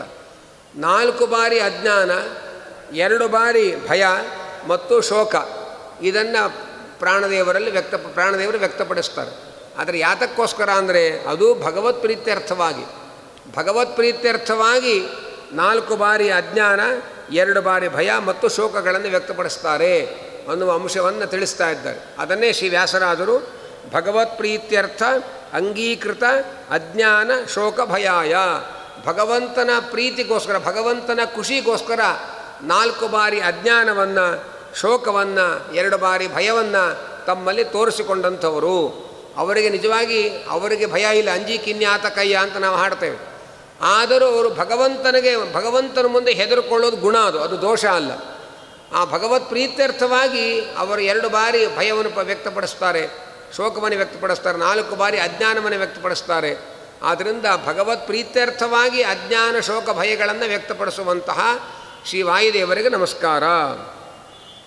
ಸ್ವಚ್ಛ ಕೌಶೇಯ ಪಟ ಕಟಿಸೂತ್ರ ಅಭಿರಾಮ ಕಟಿತಟಾಯ. ಒಳ್ಳೆಯ ಸ್ವಚ್ಛವಾದ ರೇಷ್ಮೆ ವಸ್ತ್ರ, ಆ ರೇಷ್ಮೆ ವಸ್ತ್ರದ ಕಟಿಸೂತ್ರ ಮತ್ತು ಕೌಪೀನ, ಸೊಂಟಕ್ಕೆ ರೇಷ್ಮೆ ವಸ್ತ್ರವನ್ನು ಸುತ್ತಿದ್ದಾರಂತೆ. ಇದು ಹನುಮಂತನ ಒಂದು ರೂಪ. ಹಾಗೆ ಕೌಪೀನ, ಕಟಿಸೂತ್ರ, ಅದರ ಮೇಲೆ ರೇಷ್ಮೆಯ ಸ್ವಚ್ಛವಾದ ರೇಷ್ಮೆಯ ವಸ್ತ್ರವನ್ನು ಸುತ್ತುಕೊಂಡಿರತಕ್ಕಂತಹ ಪ್ರಾಣದೇವರಿಗೆ ನಮಸ್ಕಾರ. ಅಂದರೆ ಅಂಥ ರೇಷ್ಮೆ ವಸ್ತ್ರದಿಂದ ಅಲಂಕೃತವಾದ ಸೊಂಟವುಳ್ಳ ಪ್ರಾಣದೇವರಿಗೆ ನಮಸ್ಕಾರ. ಸ್ವಾಭಾವಿಕ ಅಣಿಮಾದಿ ಕೂಟಾಯ, ಅಣಿಮ ಗರಿಮಾ ಚೈವ ಅಂಥೇಳಿ 8 ಬಗೆಯಾದ ಸಿದ್ಧಿಗಳು ಇದೆ. ಅದಕ್ಕೆ ಅಷ್ಟಸಿದ್ಧಿಗಳು ಅಂತ ಕರೀತಾರೆ. ಬೇರೆಯವರು ಅಷ್ಟಸಿದ್ಧಿಗಳನ್ನು ಪಡೆಯುವುದಕ್ಕೋಸ್ಕರ ತಪಸ್ಸು ಮಾಡಿ ಭಗವಂತನ ಆರಾಧನೆ ಮಾಡಿ ಅಷ್ಟಸಿದ್ಧಿಗಳನ್ನು ಪಡೀತಾರೆ. ಆದರೆ ಭಗವಂತನಿಗೆ ಈ ಅಷ್ಟಸಿದ್ಧಿಗಳು ಸ್ವಾಭಾವಿಕವಾಗಿಯೇ ಇದೆ. ಅದರಂತೆ ಭಗವಂತನ ಅಧೀನವಾಗಿ ಪ್ರಾಣದೇವರಿಗೂ ಕೂಡ ಅಣಿಮಾದಿ ಅಷ್ಟಸಿದ್ಧಿಗಳಿದೆ. ಅದಕ್ಕೆ ಉದಾಹರಣೆಯಾಗಿ ಮಧ್ವವಿಜಯಲ್ಲಿ ಬರತಕ್ಕಂತಹ ಘಟನೆಯನ್ನು ನಾವು ಗಮನಿಸ್ಬೋದು. ಆಚಾರ್ಯರು ನೆಲದ ಮೇಲೆ ಒತ್ತಿಟ್ಟ ಹೆಬ್ಬೆರಳನ್ನು ಶಿಷ್ಯರು ಎಲ್ಲ ಸೇರಿ ಎತ್ತಿದರೂ ಕೂಡ ಏನೂ ಆಗಲಿಲ್ಲ. ಆಚಾರ್ಯರು ಅಂಥ ಗಟ್ಟಿತನದ ಆಚಾರ್ಯರು ಕಾಂತಾವರ ಅಂತ ಒಂದು ಊರಿದೆ, ಅಲ್ಲಿ ದೇವಸ್ಥಾನಕ್ಕೆ 8 ವರ್ಷದ ಹುಡುಗನ ಹೆಗಲ ಮೇಲೆ ಕೂತ್ಕೊಂಡು ದೇವಸ್ಥಾನಕ್ಕೆ ಪ್ರದಕ್ಷಿಣೆ ಬರ್ತಾರೆ. ಇಡೀ ಒಂದು ಹೆಬ್ಬೆರಳನ್ನೇ ಶಿಷ್ಯರು ನೆಲದಿಂದ ಮೇಲಕ್ಕೆ ಎತ್ತಲಿಕ್ಕೆ ಆಗಲಿಲ್ಲ ಅಂತ ಅಂಥ ಗೌರವವನ್ನು ತೋರಿಸ್ತಕ್ಕಂತಹ ಆಚಾರ್ಯರು ಒಬ್ಬ ಪುಟ್ಟ 8 ವರ್ಷದ ಹುಡುಗನ ಹೆಗಲ ಮೇಲೆ ಹಗುರವಾಗಿ ಕೂತ್ಕೊಂಡು ದೇವಾಲಯವನ್ನು ಪ್ರದಕ್ಷಿಣೆ ಬರ್ತಾರೆ ಹಾಗೆ ಅಂತ ಮಧ್ವವಿಜಯಲ್ಲಿ ಉಲ್ಲೇಖ ಇದೆ. ಹೀಗೆ ಬೇಕಾದಾಗ ತಮ್ಮ ದೇಹದಲ್ಲಿ ಭಾರವನ್ನು ತೋರಿಸಿಕೊಳ್ಳುವಂಥದ್ದು, ಬೇಕಾದಾಗ ತಮ್ಮ ದೇಹವನ್ನು ಹಗುರ ಮಾಡಿಕೊಳ್ತಕ್ಕಂಥದ್ದು, ಇಂತಹ ಅಪಾರವಾದ ಶಕ್ತಿಯನ್ನು ಸ್ವಾಭಾವಿಕವಾಗಿ ಭಗವಂತನ ಅಧೀನವಾಗಿ ಪಡೆದಿದ್ದಾರೆ ಅನ್ನುವುದನ್ನು ಹೇಳ್ತಾರೆ. ನಾವು ಹನುಮಂತನ ರೂಪದಲ್ಲಿ ಕಾಣುತ್ತೇವೆ. ಹನುಮಂತ ಸಮುದ್ರವನ್ನು ಹಾರುವಾಗ ಬಹಳ ವಿಸ್ತಾರವಾದ ರೂಪವನ್ನು ತೆಗೆದುಕೊಂಡ, ಬಹಳ ದೊಡ್ಡ ರೂಪವನ್ನು ತೆಗೆದುಕೊಂಡು ಸಮುದ್ರವನ್ನು ಹಾರಿದ ಹಾಗೆ ಅಂತ ನಾವು ಕೇಳ್ತೇವೆ. ಅದೇ ರೂಪದ ಹನುಮಂತ ಆ ಸಮುದ್ರದ ಆಚೆ ತೀರಕ್ಕೆ ಹೋದ ಮೇಲೆ ಭೂತ್ವಾ ಬಿಡಾಲ ಸಮಿತಃ, ಪುಟ್ಟ ಬೆಕ್ಕಿನಷ್ಟು ಚಿಕ್ಕ ರೂಪ ತೆಗೆದುಕೊಂಡು ತಾನು ಆ ಎಲ್ಲ ಅಂತಃಪುರದಲ್ಲಿ ಸೀತೆಯನ್ನು ಹುಡುಕಿದ ಹಾಗೆ ಅಂತ ಬರುತ್ತೆ. ಬೇಕಾದಾಗ ಬೃಹದಾಕಾರದ ರೂಪವನ್ನು ಸ್ವೀಕಾರ ಮಾಡಿ ಸಮುದ್ರವನ್ನು ಹಾರಿದ, ಆಮೇಲೆ ಪುಟ್ಟ ರೂಪವನ್ನು ಸ್ವೀಕಾರ ಮಾಡಿ ಎಲ್ಲ ಅಂತಃಪುರಗಳಲ್ಲಿ ಎಲ್ಲ ಕಡೆಗಳಲ್ಲಿ ಸೀತೆಯನ್ನು ಅನ್ವೇಷಣೆ ಮಾಡಿದ. ಹೀಗೆ ಬೇಕಾದಾಗ ತನ್ನ ರೂಪವನ್ನು ದೊಡ್ಡದು ಮಾಡಿಕೊಳ್ಳೋದು, ಬೇಕಾದಾಗ ತನ್ನ ರೂಪವನ್ನು ಚಿಕ್ಕದು ಮಾಡಿಕೊಳ್ಳೋದು, ಇಂಥ ವಿಶೇಷವಾದ ಶಕ್ತಿ ವಾಯುದೇವರಿಗೆ ಸಹಜವಾಗಿದೆ ಅನ್ನುವುದನ್ನು ತಿಳಿಸ್ತಾ ಇದ್ದಾರೆ. ಅದನ್ನೇ ಸ್ವಾಭಾವಿಕ ಅಣಿಮಾದಿ ಕೂಟಾಯ, ಸ್ವಾಭಾವಿಕವಾದ ಅಣಿಮಾದಿ ಅಷ್ಟಸಿದ್ಧಿಗಳ ಸಮೂಹವನ್ನು ಹೊಂದಿರತಕ್ಕಂತಹ ಪ್ರಾಣದೇವರಿಗೆ ನಮಸ್ಕಾರ. ಜಾಹ್ನವಿ ವರ್ತುಲಾವರ್ತ ಸನ್ನಿಭ ಗಂಭೀರ ನಾಭಿಬಿಲಾಯ, ಪ್ರಾಣದೇವರ ಹೊಕ್ಕಳು ಅದನ್ನು ವರ್ಣನೆ ಮಾಡ್ತಾರೆ. ಅದು ಹೇಗಿದೆ ಅಂದರೆ ಗಂಗೆಯಲ್ಲಿ ಏನು ಸುಳಿ ಬರುತ್ತೆ, ಆ ಗಂಗೆಯ ಸುಳಿಯಂತೆ ವರ್ತುಲಾಕಾರವಾಗಿರತಕ್ಕ ಮತ್ತು ಆಳವಾದ ಹೊಕ್ಕಳುಳ್ಳಂತಹ ಪ್ರಾಣದೇವರು, ಅವರಿಗೆ ನಮಸ್ಕಾರ. ಹೊಕ್ಕಳಿನ ಲಕ್ಷಣಗಳಿದು, ಅದು ವರ್ತುಲಾಕಾರವಾಗಿರಬೇಕು, ಸ್ವಲ್ಪ ಆಳವಾಗಿರಬೇಕು. ಅದಕ್ಕೆ ಜಾಹ್ನವಿ ವರ್ತುಲಾವರ್ತ ಸನ್ನಿಭ ಗಂಭೀರ ನಾಭಿಬಿಲಾಯ, ಗಂಗೆಯ ಸುಳಿಯಂತೆ ವರ್ತುಲಾಕಾರವಾಗಿ ಗಂಭೀರ ಅಂದರೆ ಆಳವಾಗಿ ಇರತಕ್ಕಂತಹ ಹೊಕ್ಕಳನ್ನು ಪಡೆದಂತಹ ಮಹಾನುಭಾವರು. ಅನಂತರ ವಿವಿಧ ವೀರ ಕಾರ್ತಸ್ವರ ನಿಕಷ ಪಾಷಾಣಾಯಿತ ವಕ್ಷಸ್ಥಲಾಯ, ಸಂಗ್ರಹ ರಾಮಾಯಣದಲ್ಲಿ ವರ್ಣನೆ ಮಾಡ್ತಾರೆ. ಮುಖ್ಯಪ್ರಾಣಾಯ ಭೀಮಾಯ ನಮೋ ಯಸ್ಯ ಭುಜಾಂತರಂ ನಾನಾವೀರ ಸುವರ್ಣಾನಾಂ ನಿಕಷಾಶ್ಮಾಯಿತಂ ಬಭೌ ಹಾಗೆ ಅಂತ ನಾರಾಯಣ ಪಂಡಿತ ಆಚಾರ್ಯ ವರ್ಣನೆ ಮಾಡ್ತಾರೆ. ಅದನ್ನು ಲಘುವಾಯುಸ್ತುತಿ ಅಂತ ಮಾಡಿ ಅದನ್ನೆಲ್ಲ ಸೇರಿಸಿರ್ತಾರೆ. ಏನರ್ಥ ಅಂದರೆ, ಹೇಗೆ ಬಂಗಾರವನ್ನು ಒರೆ ಹಚ್ಚಲಿಕ್ಕೆ ಒಂದು ವಿಶೇಷವಾದ ಕಲ್ಲಿರುತ್ತೆ, ಆ ಕಲ್ಲಿನಲ್ಲಿ ಉಜ್ಜಿ ಬಂಗಾರವನ್ನು ಒರೆ ಹಚ್ತಾರೆ. ಹಾಗೆ ಭೀಮಸೇನ ದೇವರ ಎದೆ ಅಂತಂದರೆ ಅನೇಕ ವೀರಪುರುಷರು ಅನ್ನುವ ಬಂಗಾರದ ಸಾಮರ್ಥ್ಯವನ್ನು ಹೊಳಪನ್ನು ಒರೆ ಹಚ್ಚುವ ಕಲ್ಲಿನಂತೆ ಅವರ ಎದೆ ಇದೆ ಅಂತ ವರ್ಣನೆ ಮಾಡ್ತಾರೆ. ನಾನಾ ವೀರ ಸುವರ್ಣಾನಾಂ ನಿಕಷಾಶ್ಮಾಯಿತಂ ಬಭೌ, ನಾನಾ ವೀರಪುರುಷರು ಅನ್ನುವಂತಹ ಬಂಗಾರಗಳ ಸಾಮರ್ಥ್ಯವನ್ನು ಹೊರಗೆ ಹಚ್ಚಿ ನೋಡಲಿಕ್ಕೆ ಇರತಕ್ಕಂಥ ಹೊರೆಗಲ್ಲು ಇದ್ದ ಹಾಗೆ ಭೀಮಸೇನ ದೇವರ ಎದೆ ಹಾಗೆ ಅಂತ ನಾರಾಯಣ ಪಂಡಿತಾಚಾರ್ಯ ವರ್ಣನೆ ಮಾಡ್ತಾರೆ. ಅದನ್ನೇ ಇಲ್ಲಿ ಶ್ರೀ ವ್ಯಾಸರಾಜರು ಹೇಳ್ತಾ ಇದ್ದಾರೆ. ವಿವಿಧ ವೀರ ಕಾರ್ತಸ್ವರ ನಿಕಷ ಪಾಷಾಣಾಯಿತ ವಕ್ಷಸ್ಥಲಾಯ, ವಿವಿಧ ವೀರಪುರುಷರು, ಕಾರ್ತಸ್ವರ ಅಂದರೆ ಬಂಗಾರ ಅಂತ ಅರ್ಥ. ವಿವಿಧ ವೀರಪುರುಷರೆಂಬ ಬಂಗಾರಕ್ಕೆ ನಿಕಷ ಅಂದರೆ ಶಾಣೆ ಹಚ್ಚುವಂತಹ ಪಾಷಾಣ ಕಲ್ಲಿನಂತೆ ಇರತಕ್ಕಂತಹ ವಕ್ಷಸ್ಥಲವುಳ್ಳವರು. ಅಂತಹ ವಕ್ಷಸ್ಥಲವುಳ್ಳ ವಾಯುದೇವರಿಗೆ ನಮಸ್ಕಾರ ಎಂಬುದು. ಯಾವುದೇ ವೀರಪುರುಷರು ಅವರ ಸಾಮರ್ಥ್ಯ ಇದ್ದರೆ ಭೀಮಸೇನ ದೇವರ ಎದೆಗಾರಿಕೆ ಮುಂದೆ ನಿಂತು ಹೋರಾಟ ಮಾಡಿದಾಗ ಅವರೆಂಥ ವೀರಪುರುಷರು ಅನ್ನೋದು ಅರ್ಥ ಆಗುತ್ತೆ ಜಗತ್ತಿಗೆ. ಹೀಗೆ ವೀರಪುರುಷರೆಂಬ ಬಂಗಾರವನ್ನು ಹೊರೆ ಹಚ್ಚುವ ಕಲ್ಲಿನಂತೆ ಇರತಕ್ಕಂಥ ವಕ್ಷಸ್ಥಲವುಳ್ಳವರು ಅಂತಹ ಭೀಮಸೇನ ದೇವ ಅಂತಹ ವಾಯುದೇವರಿಗೆ ನಮಸ್ಕಾರ. ಅನಂತರ ಹರಿವೈರಿ ಶರೀರ ವಿದಾರಣ ಗದಾ ವರಾಯುಧಧರ ಭುಜಾಯ. ತಮ್ಮ ಭುಜದ ಮೇಲೆ ಗದಾಯುಧವನ್ನು ಹಿಡ್ಕೊಂಡಿದ್ದಾರೆ. ಗದಾಭಯಕರಂ ಅಂತ ನಾವು ವಾಯುದೇವರ ಧ್ಯಾನ ಶ್ಲೋಕದಲ್ಲಿ ಹೇಳ್ತೇವೆ. ಆ ಗದೆಯಿಂದ ಏನು ಮಾಡ್ತಾರಂದರೆ ಹರಿವೈರಿ ಶರೀರ ವಿದಾರಣ, ಭಗವಂತನ ಶತ್ರುಗಳಾದ ಅಯೋಗ್ಯರಾದ ದೈತ್ಯದಾನವರೇನಿದ್ದಾರೆ ಅವರನ್ನು ಸೀಳುವುದರಲ್ಲಿ ನಿಸ್ಸೀಮವಾದಂತಹ ಶ್ರೇಷ್ಠವಾದ ಆಯುಧವಾದ ಗದೆಯನ್ನು ತಮ್ಮ ಹೆಗಲಲ್ಲಿ ಹೊತ್ತಂತಹ ಪ್ರಾಣದೇವರಿಗೆ ನಮಸ್ಕಾರ. ಪ್ರಾಣದೇವರೇನು ಗದೆಯನ್ನು ಹಿಡ್ಕೊಂಡು ಗದಾ ಅಭಯಕರಂ ಅಂತ ವಾಯುದೇವರ ಮೂಲ ರೂಪವನ್ನು ಸ್ತೋತ್ರ ಮಾಡ್ತಾರೆ. ಆಚಾರ್ಯರ ಮೂಲ ರೂಪದ ಧ್ಯಾನ ಶ್ಲೋಕ ಹೇಳ್ತಾರೆ. ಪ್ರಾಣದೇವರನ್ನು ಭಗವಂತ ತನ್ನ ತೊಡೆಯ ಮೇಲೆ ಕೂಡಿಸಿಕೊಂಡಿದ್ದಾನೆ. ಆ ಭಗವಂತನ ತೊಡೆಯ ಮೇಲೆ ಕುಳಿತ ಪ್ರಾಣದೇವರಿಗೆ 4 ಕೈಗಳು. ಅದರ 2 ಕೈ ಭಗವಂತನಿಗೆ ನಿರಂತರವಾಗಿ ಕೈ ಮುಗಿದುಕೊಂಡೇ ಇರುತ್ತೆ, ಅದು ಕೈ ಬಿಡೋದೇ ಇಲ್ಲ. ಈ ಸುಕೃತಾಂಜಲಿ ಯಾವಾಗಲೂ ಭಗವಂತನ ಕಡೆಗೆ ತಿರುಗಿಕೊಂಡು 2 ಕೈ ಮುಗಿದುಕೊಂಡೇ ಇರ್ತಾರಂತೆ. ಇನ್ನೆರಡು ಕೈಯಲ್ಲಿ ಗದಾ ಅಭಯಕರಂ, ಒಂದು ಕೈಯಲ್ಲಿ ಗದೆ, ಒಂದು ಕೈಯಲ್ಲಿ ಅಭಯ ಮುದ್ರೆಯನ್ನು ಹಿಡಿದಿದ್ದಾರಂತೆ. ಏನಿದರ ಅಭಿಪ್ರಾಯ ಅಂದರೆ ಭಗವಂತನ ತೊಡೆಯ ಮೇಲೆ ಕೂತಿದ್ದಾರೆ ಅಂದರೆ ಮಕ್ಕಳನ್ನು ಪ್ರೀತಿ ಮಾಡತಕ್ಕಂಥ ತಂದೆ ತನ್ನ ಮಕ್ಕಳನ್ನ ತೊಡೆಯ ಮೇಲೆ ಕೂಡಿಸ್ಕೋತಾರೆ. ಪ್ರಾಣದೇವರು ಭಗವಂತನ ತೊಡೆಯ ಮೇಲೆ ಯಾವಾಗಲೂ ಪುರುಸುತ್ತಿದ್ದಾಗ 2 ನಿಮಿಷ ಕೂತ್ಕೊಳ್ಳೋದಲ್ಲ, ನಿರಂತರವಾಗಿ ಭಗವಂತನ ಒಂದು ರೂಪದ ತೊಡೆಯಲ್ಲಿ ಪ್ರಾಣದೇವರು ಕೂತೇ ಇರ್ತಾರೆ.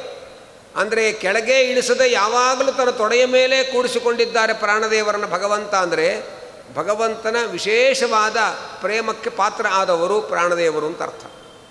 ಜೊತೆಯಲ್ಲಿ ಸುಮ್ಮನೆ ಮಕ್ಕಳ ತೊಡೆಯ ಮೇಲೆ ಕೂತಿರ್ತಾರೆ. ಅಪ್ಪನ ಕನ್ನಡಕ ಕಿತ್ತು, ಅಪ್ಪನ ಗಡ್ಡ ಹೇಳಿ, ಮೀಸೆ ಹೇಳಿ ಇಷ್ಟೇ ಮಾಡೋರು ನಮ್ಮ ಮಕ್ಕಳು. ಆದರೆ ಪ್ರಾಣದೇವರು ಕೂತೇನು ಮಾಡ್ತಾ ಇದ್ದಾರೆ ಅಂದರೆ ನಿತ್ಯದಲ್ಲಿ ಭಗವಂತನ ಸ್ತೋತ್ರ ಮಾಡ್ತಾ ಇದ್ದಾರೆ. ಭಗವಂತನ ಕಡೆಗೆ ಮುಖ ಮಾಡಿಕೊಂಡು 2 ಕೈಗಳನ್ನು ಮುಗಿದು ನಿರಂತರವಾಗಿ ಭಗವಂತನನ್ನು ಸ್ತೋತ್ರ ಮಾಡ್ತಾ ಇದ್ದಾರೆ. ಮತ್ತು ಇನ್ನೆರಡು ಕೈಯಲ್ಲಿ ಗದಾ ಅಭಯಗಳನ್ನು ಹಿಡ್ಕೊಂಡಿದ್ದಾರೆ. ಏನಾದರ ಅಭಿಪ್ರಾಯ ಅಂದರೆ ಪ್ರಾಣದೇವರು ಸಜ್ಜನರಿಗೆ ಅಭಯವನ್ನು ಕೊಡ್ತಾರೆ, ದುರ್ಜನರಿಗೆ ಗದೆಯ ಮೂಲಕ ಸಂಹಾರ ಮಾಡ್ತಾರೆ. ಈ ಅಸುರರ ಸಂಹಾರ, ಸಜ್ಜನರ ಅಭಯ ಪ್ರದಾನ, ಇದೆರಡನ್ನೂ ಕೂಡ ಭಗವಂತನ ಪೂಜಾ ರೂಪವಾಗಿ ಸಮರ್ಪಣೆ ಮಾಡ್ತಾರೆ.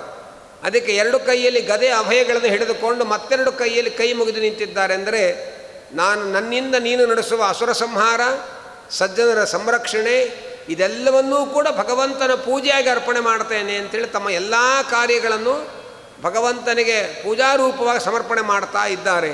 ಅಂತಹ ಪ್ರಾಣದೇವರ ರೂಪವನ್ನು ನಾವು ಧ್ಯಾನ ಮಾಡಬೇಕು ಅಂಥೇಳಿ ಆಚಾರ್ಯರು ತಮ್ಮ ತಂತ್ರಸಾರ ಸಂಗ್ರಹದಲ್ಲಿ ವಾಯುದೇವರ ಧ್ಯಾನ ಶ್ಲೋಕವನ್ನು ಹೇಳ್ತಾರೆ. ಹಾಗೆ ಆ ಎಲ್ಲ ಭಗವಂತನ ಶತ್ರುಗಳು ಯಾರಿದ್ದಾರೆ ಆ ಶತ್ರುಗಳನ್ನು ಸೀಳುವುದರಲ್ಲಿ ನಿಸ್ಸೀಮವಾದಂತಹ ಗದಾಯುಧವನ್ನು ಹೆಗಲಲ್ಲಿ ಹೊತ್ತವರು ಅಂತ. ಅಲ್ಲ, ಅಕಸ್ಮಾತ್ ಯುದ್ಧ ಮಾಡೋ ಗಡಿಬಿಡಿ ಒಳಗೆ ಭಗವದ್ಭಕ್ತರಿಗೂ ಯಾರಿಗಾದರೂ ಎತ್ತು ಹೊಡೆದು ಬಿಟ್ಟಿದ್ರೆ ಅವರು, ಅದೇನು ನಿಮ್ಗೆ ಹೆಂಗೆ ಗೊತ್ತದು ಹಾಗೆ ಅಂತ ಕೆಲವರು ಕೇಳ್ಬೋದು. ರಾವಣನಿಗೂ ಪ್ರಾಣದೇವರಿಗೂ ಇಷ್ಟೇ ವ್ಯತ್ಯಾಸ ನೋಡ್ರಿ. ರಾವಣ ತಾನು ಯಾವುದೋ ಒಂದು ಸಂದರ್ಭದಲ್ಲಿ ಯುದ್ಧ ಮಾಡುವಾಗ ಶತ್ರುಗಳ ಕಡೆಯವರು ಯಾರು ತನ್ನ ಕಡೆಯವರು ಯಾರು ಅಂತ ಗೊತ್ತಾಗದೆ ಕನ್ಫ್ಯೂಷನ್ ಮಾಡಿಕೊಂಡು ತನ್ನ ತಂಗಿ ಶೂರ್ಪಣಖೆಯ ಗಂಡನನ್ನೇ ಕೊಂದು ಹಾಕಿಬಿಟ್ಟಿದ್ದ ಅವನು. ಅಯ್ಯೋ, ನನ್ನ ಗಂಡನ ಕೊಂದಿಯಲ್ಲಪ್ಪ ನೀನು ಅಂತ ಶೂರ್ಪಣಖೆ ಕೇಳ್ಕೊಂಡು ಬೇರೆ ಇನ್ಯಾವುದೋ ಒಂದು ಗಂಡನ ಹುಡ್ಕೊಂಬ, ನೀವು ಮದುವೆ ಮಾಡ್ತೀನಿ ಅಂತ ಹೇಳ್ದ. ಅಲ್ಲಿಂದನೇ ಪ್ರಾರಂಭ ಪುನರ್ವಿವಾಹ.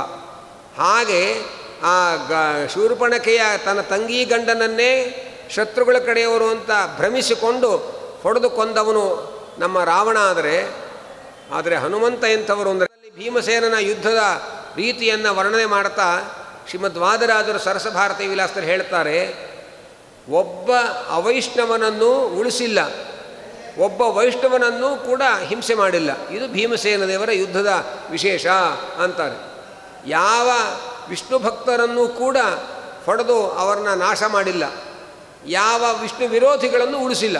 ಇದು ಭೀಮಸೇನ ದೇವರ ಯುದ್ಧದ ರೀತಿ ಹಾಗೆ ಅಂತ ವರ್ಣನೆ ಮಾಡ್ತಾರೆ. ಹಾಗಾಗಿ ಏನೋ ಕನ್ಫ್ಯೂಷನ್ ಮಾಡಿಕೊಂಡು ಯಾರಿಗೋ ಹೊಡಿಬೇಕಾಗಿದ್ದು ಯಾರಿಗೋ ಹೊಡೆದು ತಮ್ಮ ಕಡೆಯವ್ರನ್ನೇ ಸಾಯಿಸೋದು, ಇಂಥ ಅವಿವೇಕಗಳು ನಮ್ಮ ವಾಯುದೇವರಿಗಿಲ್ಲ ಎಂಬುದಾಗಿ ಮಹಾಭಾರತದಲ್ಲಿ ಭೀಮಸೇನ ದೇವರ ವ್ಯಕ್ತಿತ್ವವನ್ನು ವರ್ಣನೆ ಮಾಡ್ತಾರೆ. ಆದ್ದರಿಂದ ನ ಅಶೇಷಯದ ಅವೈಷ್ಣವಂ ವಿಷ್ಣು ವಿರೋಧಿಗಳನ್ನು ಉಳಿಸಲಿಲ್ಲ, ವಿಷ್ಣು ಭಕ್ತರನ್ನು ಅಳಿಸಲಿಲ್ಲ. ಇದು ಭೀಮಸೇನನ ವೀರನಿಷ್ಠೆ ಅನ್ನುವುದನ್ನು ಶ್ರೀಮದ್ ವಾದಿರಾಜರು ಸರಸಭಾರತಿ ವಿಲಾಸದಲ್ಲಿ ವರ್ಣನೆ ಮಾಡ್ತಾರೆ. ಅಂತಹ ಮಹಾನುಭಾವರು ವಾಯುದೇವರು. ಅಂಥ ವಾಯುದೇವರಿಗೆ ನಮಸ್ಕಾರ. ಅನಂತರ ಮಂದಸ್ಮಿತ ಚಂದ್ರಿಕಾಕಾಂತ ವದನ ದ್ವಿಜರಾಜಾಯ. ಚಂದ್ರಮುಖ ಪ್ರಾಣದೇವರು ಚಂದ್ರನಂತೆ ಇದ್ದಾರಂತೆ. ಅವರು ಎಂತಹ ಚಂದ್ರ ಅಂತಂದರೆ ಆ ಚಂದ್ರನಿಗೆ ಬೆಳದಿಂಗಳು ಬೇಕಲ್ಲ, ಅವರ ಮುಗುಳ್ನಗೆಯೇ ಬೆಳದಿಂಗಳು. ಮುಗುಳ್ನಗೆ ಎಂಬ ಬೆಳದಿಂಗಳಿನಿಂದ ಅತ್ಯಂತ ಸುಂದರವಾಗಿ ಕಾಣುವಂತಹ ಮುಖಚಂದ್ರವುಳ್ಳವರು ವಾಯುದೇವರು. ಅಂತಹ ವಾಯುದೇವರಿಗೆ ನಮಸ್ಕಾರ ಹಾಗೆ ಅಂತಂತಾರೆ. ನಾವು ವಾಯುಸ್ತುತಿಯಲ್ಲಿ ಆ ಪ್ರಾಣದೇವರ ಮಂದಹಾಸವನ್ನು ನಾವು ಕೇಳ್ತೇವೆ. ಸಂಸಾರೋತ್ತಾಪ ನಿತ್ಯೋಪಶಮದ ಸದಯ ಸ್ನೇಹ ಹಾಸಾಂಬುಪೂರ. ಸಂಸಾರೋತ್ತಾಪ ಉಪಶಮದ, ಸಂಸಾರದ ತಾಪದ ಉಪಶಾಂತಿಯನ್ನು ಕೊಡ್ತಕ್ಕಂಥದ್ದು ಯಾವುದು ಅಂದರೆ ಪ್ರಾಣದೇವರ ಮಂದಹಾಸ ಅಂತ ವರ್ಣನೆ ಮಾಡ್ತಾರೆ. ದಯೆಯಿಂದ ಕೂಡಿರತಕ್ಕಂತಹ ಮತ್ತು ಸಂಸಾರದ ತಾಪವನ್ನು ಉಪಶಮನಗೊಳಿಸುವಂತಹ ಮುಗುಳ್ನಗೆಯ ಪ್ರವಾಹ ಉಳ್ಳಂತಹ ಪ್ರಾಣದೇವರು ಅಂಥೇಳಿ ವಾಯುಸ್ತುತಿಯಲ್ಲಿ ವರ್ಣನೆ ಮಾಡ್ತಾರೆ. ಆದ್ದರಿಂದ ಅವರ ಮಂದಸ್ಮಿತವನ್ನು ನಾವು ನೋಡಿದರೆ ನಮ್ಮ ಸಂಸಾರದ ತಾಪವೆಲ್ಲ ಪರಿಹಾರ ಆಗತ್ತೆ. ಅವರ ಕರುಣೆಯ ಮಹಾಪೂರವೇ ನಮ್ಮ ಮೇಲೆ ಹರಿಯತ್ತೆ. ಆದ್ದರಿಂದ ರಮಾರಮಣ ಚರಣ ಮಂದಸ್ಮಿತ ಚಂದ್ರಿಕಾಕಾಂತ ವದನ ದ್ವಿಜರಾಜಾಯ. ಆಮೇಲೆ ರಮಾರಮಣ ಚರಣಾರುಣ ಸರೋಜ ಭೃಂಗಾಯ. ರಮಾರಮಣನ ಚರಣ ಎಂಬ ಅರುಣ ಸರೋಜ ಅಲ್ಲಿ ಭೃಂಗರಾದವರು. ಕೃಷ್ಣಾಂಘ್ರಿ ಪಂಕೇರುಹ ಭೃಂಗರಾಜ ಹಾಗೆ ಅಂತ ನಾವು ಮಧ್ವದಲ್ಲಿ ಓದ್ತೇವೆ. ಅದನ್ನೇ ಇಲ್ಲಿ ಹೇಳ್ತಾ ಇದ್ದಾರೆ. ಲಕ್ಷ್ಮೀಪತಿಯಾದ ಭಗವಂತನ ಕೆಂಪಾದ ಪಾದ ಕಮಲಗಳಲ್ಲಿ ಭೃಂಗದಂತೆ ಇರತಕ್ಕಂಥವರು. ಹೇಗೆ ಭೃಂಗ ಕಮಲದಲ್ಲಿ ಆಸಕ್ತಿಯನ್ನು ಹೊಂದಿರುತ್ತೆ, ಹಾಗೆ ಪ್ರಾಣದೇವರು ಕೂಡ ಒಂದು ಭೃಂಗ. ಅವರು ಎಲ್ಲಿ ಆಸಕ್ತಿಯನ್ನು ಹೊಂದಿರ್ತಾರಂದರೆ ಯಾವಾಗಲೂ ಭಗವಂತನ ಪಾದ ಕಮಲ ರಸವನ್ನು, ಮಕರಂದ ರಸವನ್ನು ಹೀರ್ತಾ ಇರ್ತಾರೆ. ಅಂತಹ ವಾಯುದೇವರು ಅಂತ ಏನು ಮಧ್ವೆಯಲ್ಲಿ ನಾವು ಕೇಳ್ತೇವೆ, ಅಂತಹ ವಾಯುದೇವರಿಗೆ ನಮಸ್ಕಾರ.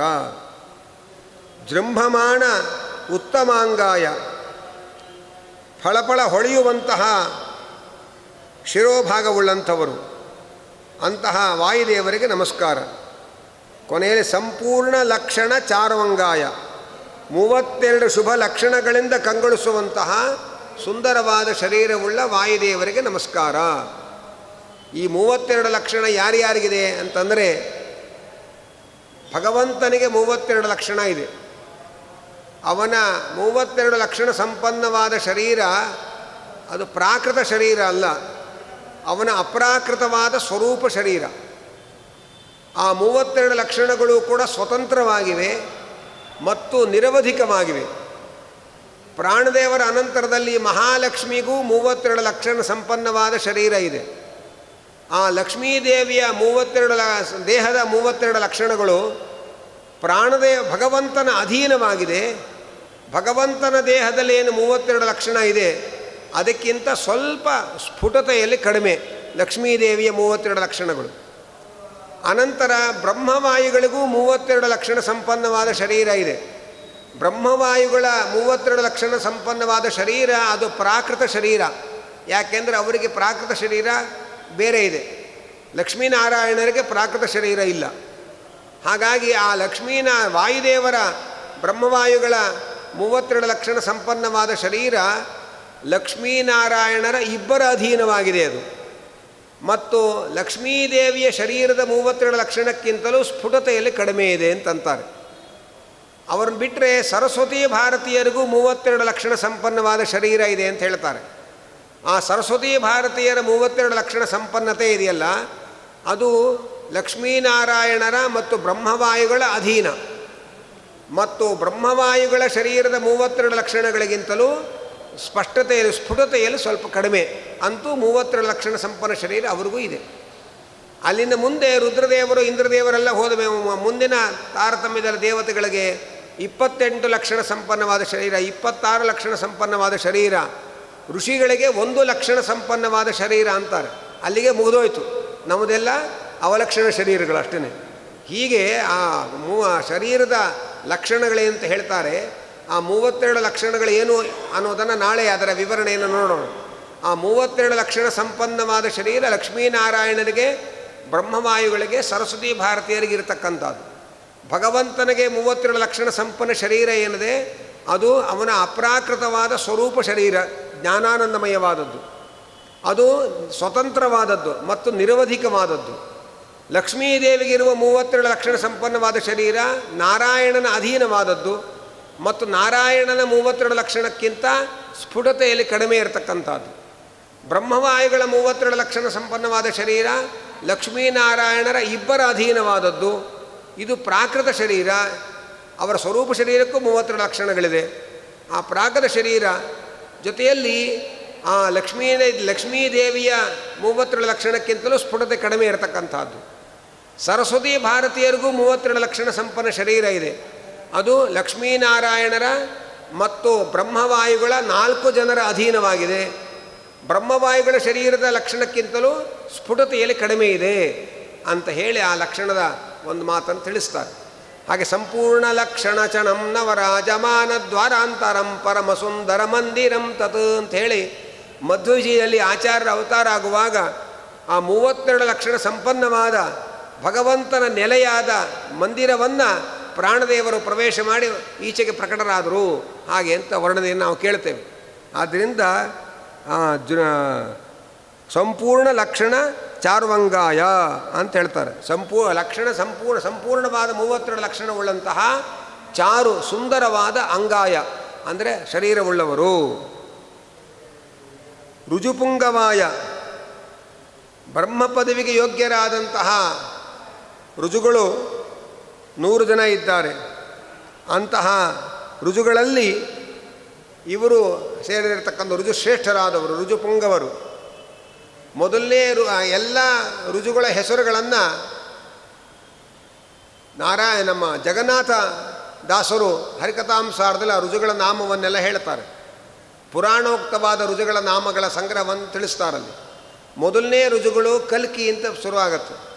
ಅಲ್ಲಿಂದ 50 ರುಜುಗಳ ಒಂದು ಗುಂಪನ್ನು ಹೇಳಿ ಅಲ್ಲಿಂದ ಮುಂದೆ ಇನ್ನು 50 ರುಜುಗಳ ಗುಂಪಿನಲ್ಲಿ ಕೊನೆಯವರು ಬ್ರಹ್ಮದೇವರು, ಅವರ ಹಿಂದಿನವರು ವಾಯುದೇವರು, ಅವರ ಹಿಂದಿನವರು ಲಾತವ್ಯರು, ಹಾಗೆ ಅಂತ ರುಜುಗಳ ಗಣವನ್ನು ಪರಿಚಯ ಮಾಡಿಸ್ತಾರೆ. ಅಂತಹ ರುಜುಗಳು ಅಂತಂದರೆ ಏನರ್ಥ ಅಂದರೆ ರುಜು ಅಂದರೆ ನೇರವಾಗಿರೋರು ಅಂತ ಅರ್ಥ. ಅವರ ಬುದ್ಧಿಯಾಗಲಿ ಅವರ ಇಚ್ಛೆಯಾಗಲಿ ಅವರ ಯಾವುದೇ ಪ್ರವೃತ್ತಿಗಳು ಕೂಡ ವಕ್ರವಾಗಿ ತಿರುಗಲ್ಲ, ನೇರವಾಗಿ ಭಗವಂತನ ಕಡೆಗೆ ಅಭಿಮುಖವಾಗಿರುತ್ತೆ. ಅಂತಹ ರುಜುಗಳಲ್ಲೇ ಶ್ರೇಷ್ಠರಾದವರು. ಆದ್ದರಿಂದ ರುಜುಪುಂಗವಾಯ.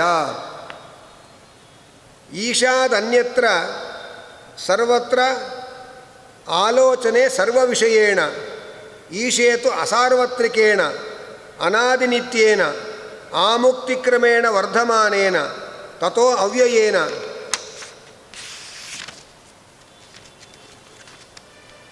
ವೇದೋಕ್ತ ಅಧಿಕ ವಿಷಯೇಣ ವೇದ ಸಂವಾದಿನ ಮಹಾಜ್ಞಾನೇನ. ವಾಯುದೇವರ ಜ್ಞಾನದ ಲಕ್ಷಣ ಹೇಳ್ತಾ ಇದ್ದಾರೆ. ರುಜಿಯೋಗಿಗಳ ಜ್ಞಾನ ಹೇಗಿರುತ್ತೆ ಅದರ ಲಕ್ಷಣವನ್ನು ಹೇಳ್ಕೊಂಡು ಬರ್ತಾ ಇದ್ದಾರೆ. ಈಶಾದನ್ಯತ್ರ ಸರ್ವತ್ರ ಆಲೋಚನೆ ಸರ್ವ ವಿಷಯೇಣ. ಪ್ರಮಾಣ ಪದ್ಧತಿ ಮೊದಲಾದ ಗ್ರಂಥಗಳಲ್ಲಿ ಜ್ಞಾನಗಳನ್ನು ವಿಭಾಗ ಮಾಡುವಾಗ ಲಕ್ಷ್ಮೀನಾರಾಯಣರ ಜ್ಞಾನದ ಸ್ವರೂಪ ಬೇರೆ, ಅಲ್ಲಿಂದ ಮುಂದೆ ರುಜಿಯೋಗಿ ಜ್ಞಾನ ಅಂತ ವರ್ಣನೆ ಮಾಡ್ತಾರೆ. ಆ ರುಜಿಯೋಗಿಗಳ ಜ್ಞಾನ ಹೇಗೆ ಅಂದರೆ ಭಗವಂತನ ವಿಷಯದಲ್ಲಿ ಸರ್ವ ವಿಷಯಕ ಅಲ್ಲ.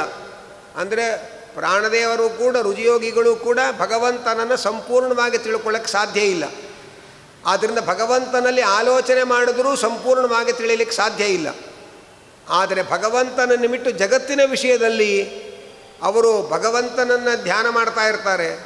ಅದನ್ನು ಹೊರತುಪಡಿಸಿ ಜಗತ್ತಿನ ಕಡೆ ಗಮನ ಕೊಟ್ಟಾಗ ಎಲ್ಲದರ ಜ್ಞಾನವೂ ಅವರಿಗಿದೆ. ಆಲೋಚನೆ ಸರ್ವ ವಿಷಯಕ ಜ್ಞಾನ. ಅವರು ಆಲೋಚನೆ ಮಾಡಿದ್ರೆ ಅವರಿಗೆ ತಿಳಿಯದೇ ಇರೋ ಸಂಗತಿಯೇ ಇಲ್ಲ. ಹೀಗೆ ಜಗತ್ತಿನ ವಿಷಯದಲ್ಲಿ ಆಲೋಚನೆ ಮಾಡಿದಾಗ ಎಲ್ಲವನ್ನೂ ತಿಳಿಯಬಲ್ಲವರು. ಆದರೆ ಭಗವಂತನ ವಿಷಯದಲ್ಲಿ ಆಲೋಚನೆ ಮಾಡಿದರೂ ಕೂಡ ಪೂರ್ಣವಾಗಿ ತಿಳಿಯದೇ ಇದ್ದವರು. ತಲವಕಾರ ಉಪನಿಷತ್ತಿನಲ್ಲಿ ಬ್ರಹ್ಮದೇವರು ಈ ಮಾತು ಹೇಳ್ತಾರೆ ರುದ್ರದೇವರಿಗೆ, ನೋಡಪ್ಪ, ಭಗವಂತನ ಬಗ್ಗೆ ನಾನು ಪೂರ್ಣವಾಗಿ ತಿಳಿದಿದ್ದೇನೆ ಅಂತ ಯಾರು ತಿಳ್ಕೊಳ್ತಾರೆ ಅವರಿಗೆ ಭಗವಂತನ ಬಗ್ಗೆ ಏನೂ ತಿಳುವಳಿಕೆನೇ ಇಲ್ಲ ಅಂತ ಅರ್ಥ. ಯಾಕೆಂದರೆ ಅಲ್ಪವಾದ ಪರಿಮಿತವಾದ ನಮ್ಮ ಬುದ್ಧಿಯಿಂದ ಪರಿಪೂರ್ಣನಾದ ಅಪರಿಮಿತನಾದ ಭಗವಂತನನ್ನು ಪೂರ್ಣ ತಿಳಿಯಲಿಕ್ಕೆ ಸಾಧ್ಯ ಇಲ್ಲ ಅನ್ನೋ ತಿಳುವಳಿಕೆನೇ ಇಲ್ಲ ಅಂತ ಅರ್ಥ ಅವರಿಗೆ. ಆದರೆ ಭಗವಂತನ ಬಗ್ಗೆ ಸರಿಯಾದ ತಿಳುವಳಿಕೆ ಅಂದರೆ ಏನು ಅಂದರೆ ಭಗವಂತನನ್ನು ನಾವು ಪೂರ್ಣವಾಗಿ ತಿಳ್ಕೊಳ್ಳೋಕ್ಕೆ ಸಾಧ್ಯ ಇಲ್ಲ. ಇದೇ ಭಗವಂತನ ಸರಿಯಾದ ತಿಳುವಳಿಕೆ. ಬ್ರಹ್ಮದೇವರು ಹೇಳ್ತಾರೆ, ನೋಡಪ್ಪ, ತನ್ನ ಮಗನಾದ ರುದ್ರದೇವರಿಗೆ ಹೇಳ್ತಾರೆ, ಜಗತ್ತಿನಲ್ಲಿ ಎಲ್ಲರೂ ಏನು ತಿಳ್ಕೊಂಡಿದ್ದಾರೆ, ಬ್ರಹ್ಮದೇವರಿಗೆ ಪೂರ್ಣ ಜ್ಞಾನ ಇದೆ, ನಮಗೆಲ್ಲ ಅಲ್ಪಜ್ಞಾನ, ಬ್ರಹ್ಮದೇವರಿಗೆ ಪರಿಪೂರ್ಣವಾದ ಜ್ಞಾನ ಇದೆ. ನಾನು ಹೇಳ್ತೀನಿ ಕೇಳು, ನನಗೂ ದೇವರ ಬಗ್ಗೆ ಪರಿಪೂರ್ಣ ಜ್ಞಾನ ಇಲ್ಲ. ನಾನೇ ದೇವರ ಬಗ್ಗೆ ಪೂರ್ತಿ ತಿಳ್ಕೊಂಡಿಲ್ಲ ಅಂತ ಅಂದಮೇಲೆ ನೀನೇನು ತಿಳ್ಕೊಳ್ಳೋಕೆ ಸಾಧ್ಯ? ಆದ್ದರಿಂದ ನೀನು ಭಗವಂತನ ಬಗ್ಗೆ ಪೂರ್ತಿ ತಿಳ್ಕೊಂಡಿದ್ದೇನೆ ಅಂತ ಭಾವಿಸಬೇಡ ಅಂತ ಸ್ವತಃ ಬ್ರಹ್ಮದೇವರೇ ರುದ್ರದೇವರಿಗೆ ಹೇಳ್ತಕ್ಕಂಥದ್ದು ತಲವಕಾರ ಉಪನಿಷತ್ತಿನಲ್ಲಿ ಬರ್ತಾ ಇದೆ. ಆದ್ದರಿಂದ ಭಗವಂತನ ವಿಷಯದಲ್ಲಿ ಸರ್ವ ವಿಷಯಕ ಜ್ಞಾನ ಅಲ್ಲ. ಭಗವಂತನನ್ನು ಹೊರತುಪಡಿಸಿ ಜಗತ್ತಿನ ವಿಷಯದಲ್ಲಿ ಆಲೋಚನೆ ಮಾಡಿದರೆ ಎಲ್ಲವನ್ನೂ ತಿಳಿಯಬಲ್ಲಂತಹ ಸಾಮರ್ಥ್ಯ ಅವರ ಜ್ಞಾನದ ಸಾಮರ್ಥ್ಯ. ಈಶಾತ್ ಅನ್ಯತ್ರ, ಭಗವಂತನ ಹೊರತು ಬೇರೆ ಕಡೆಯಲ್ಲಿ ಜಗತ್ತಿನ ವಿಷಯದಲ್ಲಿ ಸರ್ವತ್ರ ಆಲೋಚನೆ ಸರ್ವ ವಿಷಯೇಣ, ಅವರು ಆಲೋಚನೆ ಮಾಡಿದಾಗ ಎಲ್ಲದರ ಜ್ಞಾನವನ್ನು ಅವರು ಸಂಪಾದನೆ ಮಾಡ್ತಾರೆ. ಈಶೇತು ಅಸಾರ್ವತ್ರಿಕೇಣ, ಪರಮಾತ್ಮನ ವಿಷಯದಲ್ಲಿ ಅವರು ಪೂರ್ಣವಾದ ಜ್ಞಾನವನ್ನು ಪಡೆದವರಲ್ಲ. ಯಾಕೆಂದರೆ ಪರಮಾತ್ಮನ ಬಗ್ಗೆ ಲಕ್ಷ್ಮೀದೇವಿಯೂ ಕೂಡ ಪೂರ್ಣವಾದ ಜ್ಞಾನವನ್ನು ಪಡೆದಿಲ್ಲ. ಅಲ್ಲ, ಭಗವಂತನ ಜ್ಞಾನವನ್ನು ಪೂರ್ಣವಾಗಿ ಪಡೆಯದೇ ಹೋದರೆ ಮೋಕ್ಷ ಆಗೋದು ಹೇಗೆ? ಅದಕ್ಕೆ ಭಗವಂತ ಯಾರಿಗೂ ಕೂಡ ತನ್ನನ್ನು ಪೂರ್ಣ ತಿಳ್ಕೊಂಡವರಿಗೆ ಮೋಕ್ಷ ಅಂತ ಹೇಳೇ ಇಲ್ಲ. ಹಾಗೆ ಹೇಳಿದ್ರೆ ಅವನಿಗೊಬ್ಬನಿಗೆ ಮೋಕ್ಷ ಸಿಗಬೇಕಾಗಿತ್ತು. ಮತ್ತು ಭಗವಂತ ಏನು ಹೇಳ್ದ, ಅವರವರ ಯೋಗ್ಯತೆ ಇದ್ದಷ್ಟು ಅವರವರು ತಿಳ್ಕೊಳ್ಬೇಕಷ್ಟೇ ಹೊರತು ನನ್ನ ಯೋಗ್ಯತೆ ಇರುವಷ್ಟು ತಿಳ್ಕೊಳ್ಳೋಕ್ಕೆ ಯಾರಿಗೂ ಸಾಧ್ಯ ಇಲ್ಲ. ಆದರೆ ನಿಮ್ಮ ಯೋಗ್ಯತೆ ಇದ್ದಷ್ಟು ನೀವು ಪೂರ್ತಿ ತಿಳ್ಕೊಂಡಾಗ ನಿಮ್ಮ ಪಾಲಿನ ಮೋಕ್ಷ ನಿಮಗೆ ಸಿಗತ್ತೆ. ಹಾಗೆ ಅಂತ ಅದನ್ನು ನಮಗೆ ಅರ್ಥ ಮಾಡಿಸ್ಲಿಕ್ಕೆ ಭಾಗವತ ಒಂದು ಸುಂದರವಾದ ಉದಾಹರಣೆ ಕೊಡುತ್ತೆ. ಎಲ್ಲ ಹಕ್ಕಿಗಳಿಗೂ ಕೂಡ ಬಹಳ ಎತ್ತರಕ್ಕೆ ಹಾರೋ ಶಕ್ತಿ ಇರಲ್ಲ. ಗುಬ್ಬಚ್ಚಿಗಿಂತ ಕೋಳಿಗೆ ದೊಡ್ಡ ರೆಕ್ಕೆ ಇದೆ. ಹಾಗೆ ಅಂದೇಳಿ ಗುಬ್ಬಚ್ಚಿ ಹಾರೋಷ್ಟು ಎತ್ತರಕ್ಕೆ ಕೋಳಿ ಹಾರಕ್ಕಾಗತ್ತೇನೋ? ಆಗೋದಿಲ್ಲ. ಎಲ್ಲ ಹಕ್ಕಿಗಳಿಗೂ ಒಂದೇ ರೀತಿಯ ಎತ್ತರವನ್ನು ಹಾರುವ ಸಾಮರ್ಥ್ಯ ಇಲ್ಲ. ಆದರೆ ಎಲ್ಲ ಹಕ್ಕಿಗಳು ತಮಗೆ ಎಷ್ಟೆಷ್ಟು ಎತ್ತರ ಹಾರುವ ಶಕ್ತಿ ಇದೆ, ಆಕಾಶದಲ್ಲಿ ಅಷ್ಟಷ್ಟು ಎತ್ತರ ಹಾರಿ ಆನಂದ ಪಡುತ್ತವೆ. ಹಾಗೆ ಭಗವಂತ ಅಂದರೆ ಅನಂತ ಆಕಾಶ ಇದ್ದ ಹಾಗೆ, ಜೀವರು ಹಕ್ಕಿಗಳಿದ್ದ ಹಾಗೆ. ಯಾವ್ಯಾವ ಹಕ್ಕಿಗೆ ಎಷ್ಟೆಷ್ಟು ಶಕ್ತಿ ಇದೆಯೋ ಅಷ್ಟಷ್ಟು ಮಾತ್ರ ಆಕಾಶದಲ್ಲಿ ಎತ್ತರಕ್ಕೆ ಹಾರಬಹುದೇ ಹೊರತು, ಅದರಿಂದಲೇ ಅವರು ಆನಂದ ಪಡಬಹುದೇ ಹೊರತು ಎಲ್ಲರೂ ಕೂಡ ಅತಿ ಎತ್ತರಕ್ಕೆ ಹಾರೋದಕ್ಕೆ ಸಾಧ್ಯ ಇಲ್ಲ ಎಂಬುದಾಗಿ ಭಾಗವತ ಬಹಳ ಸುಂದರವಾದ ಒಂದು ಉದಾಹರಣೆಯನ್ನು ಕೊಟ್ಟು ಈ ಅಂಶವನ್ನು ವಿವರಿಸ್ತಾ ಇದ್ದಾರೆ. ಆದ್ದರಿಂದ ಭಗವಂತನ ಪರಿಪೂರ್ಣ ಜ್ಞಾನ ಇದ್ದವರಿಗೆ ಮೋಕ್ಷ ಅಂತ ಹೇಳಲೇ ಇಲ್ಲ ಭಗವಂತ. ನಿಮ್ಮ ಯೋಗ್ಯತೆ ಇದ್ದಷ್ಟು ನೀವು ಪೂರ್ತಿಯಾಗಿ ಭಗವಂತನನ್ನು ತಿಳ್ಕೊಂಡ್ರೆ ನಿಮ್ಮ ಪಾಲಿನ ಮೋಕ್ಷ ಅದರಿಂದಲೇ ಬರುತ್ತೆ. ಹಾಗೆ ಅಂತಂತ ಇದ್ದಾರೆ. ಹಾಗೆ ಎಲ್ಲರಿಗಿಂತಲೂ ಹೆಚ್ಚು ಭಗವಂತನನ್ನು ತಿಳ್ಕೊಂಡವರು ಬ್ರಹ್ಮವಾಯುಗಳು. ಬ್ರಹ್ಮವಾಯುಗಳಿಗಿಂತಲೂ ಹೆಚ್ಚು ತಿಳ್ಕೊಂಡವಳು ಮಹಾಲಕ್ಷ್ಮಿ. ಆದರೆ ಮಹಾಲಕ್ಷ್ಮಿಗೂ ಕೂಡ ಪೂರ್ಣ ತಿಳ್ಕೊಂಡು ಪರಮಾತ್ಮನನ್ನು ಪೂರ್ತಿ ತಿಳಿದಿಲ್ಲ.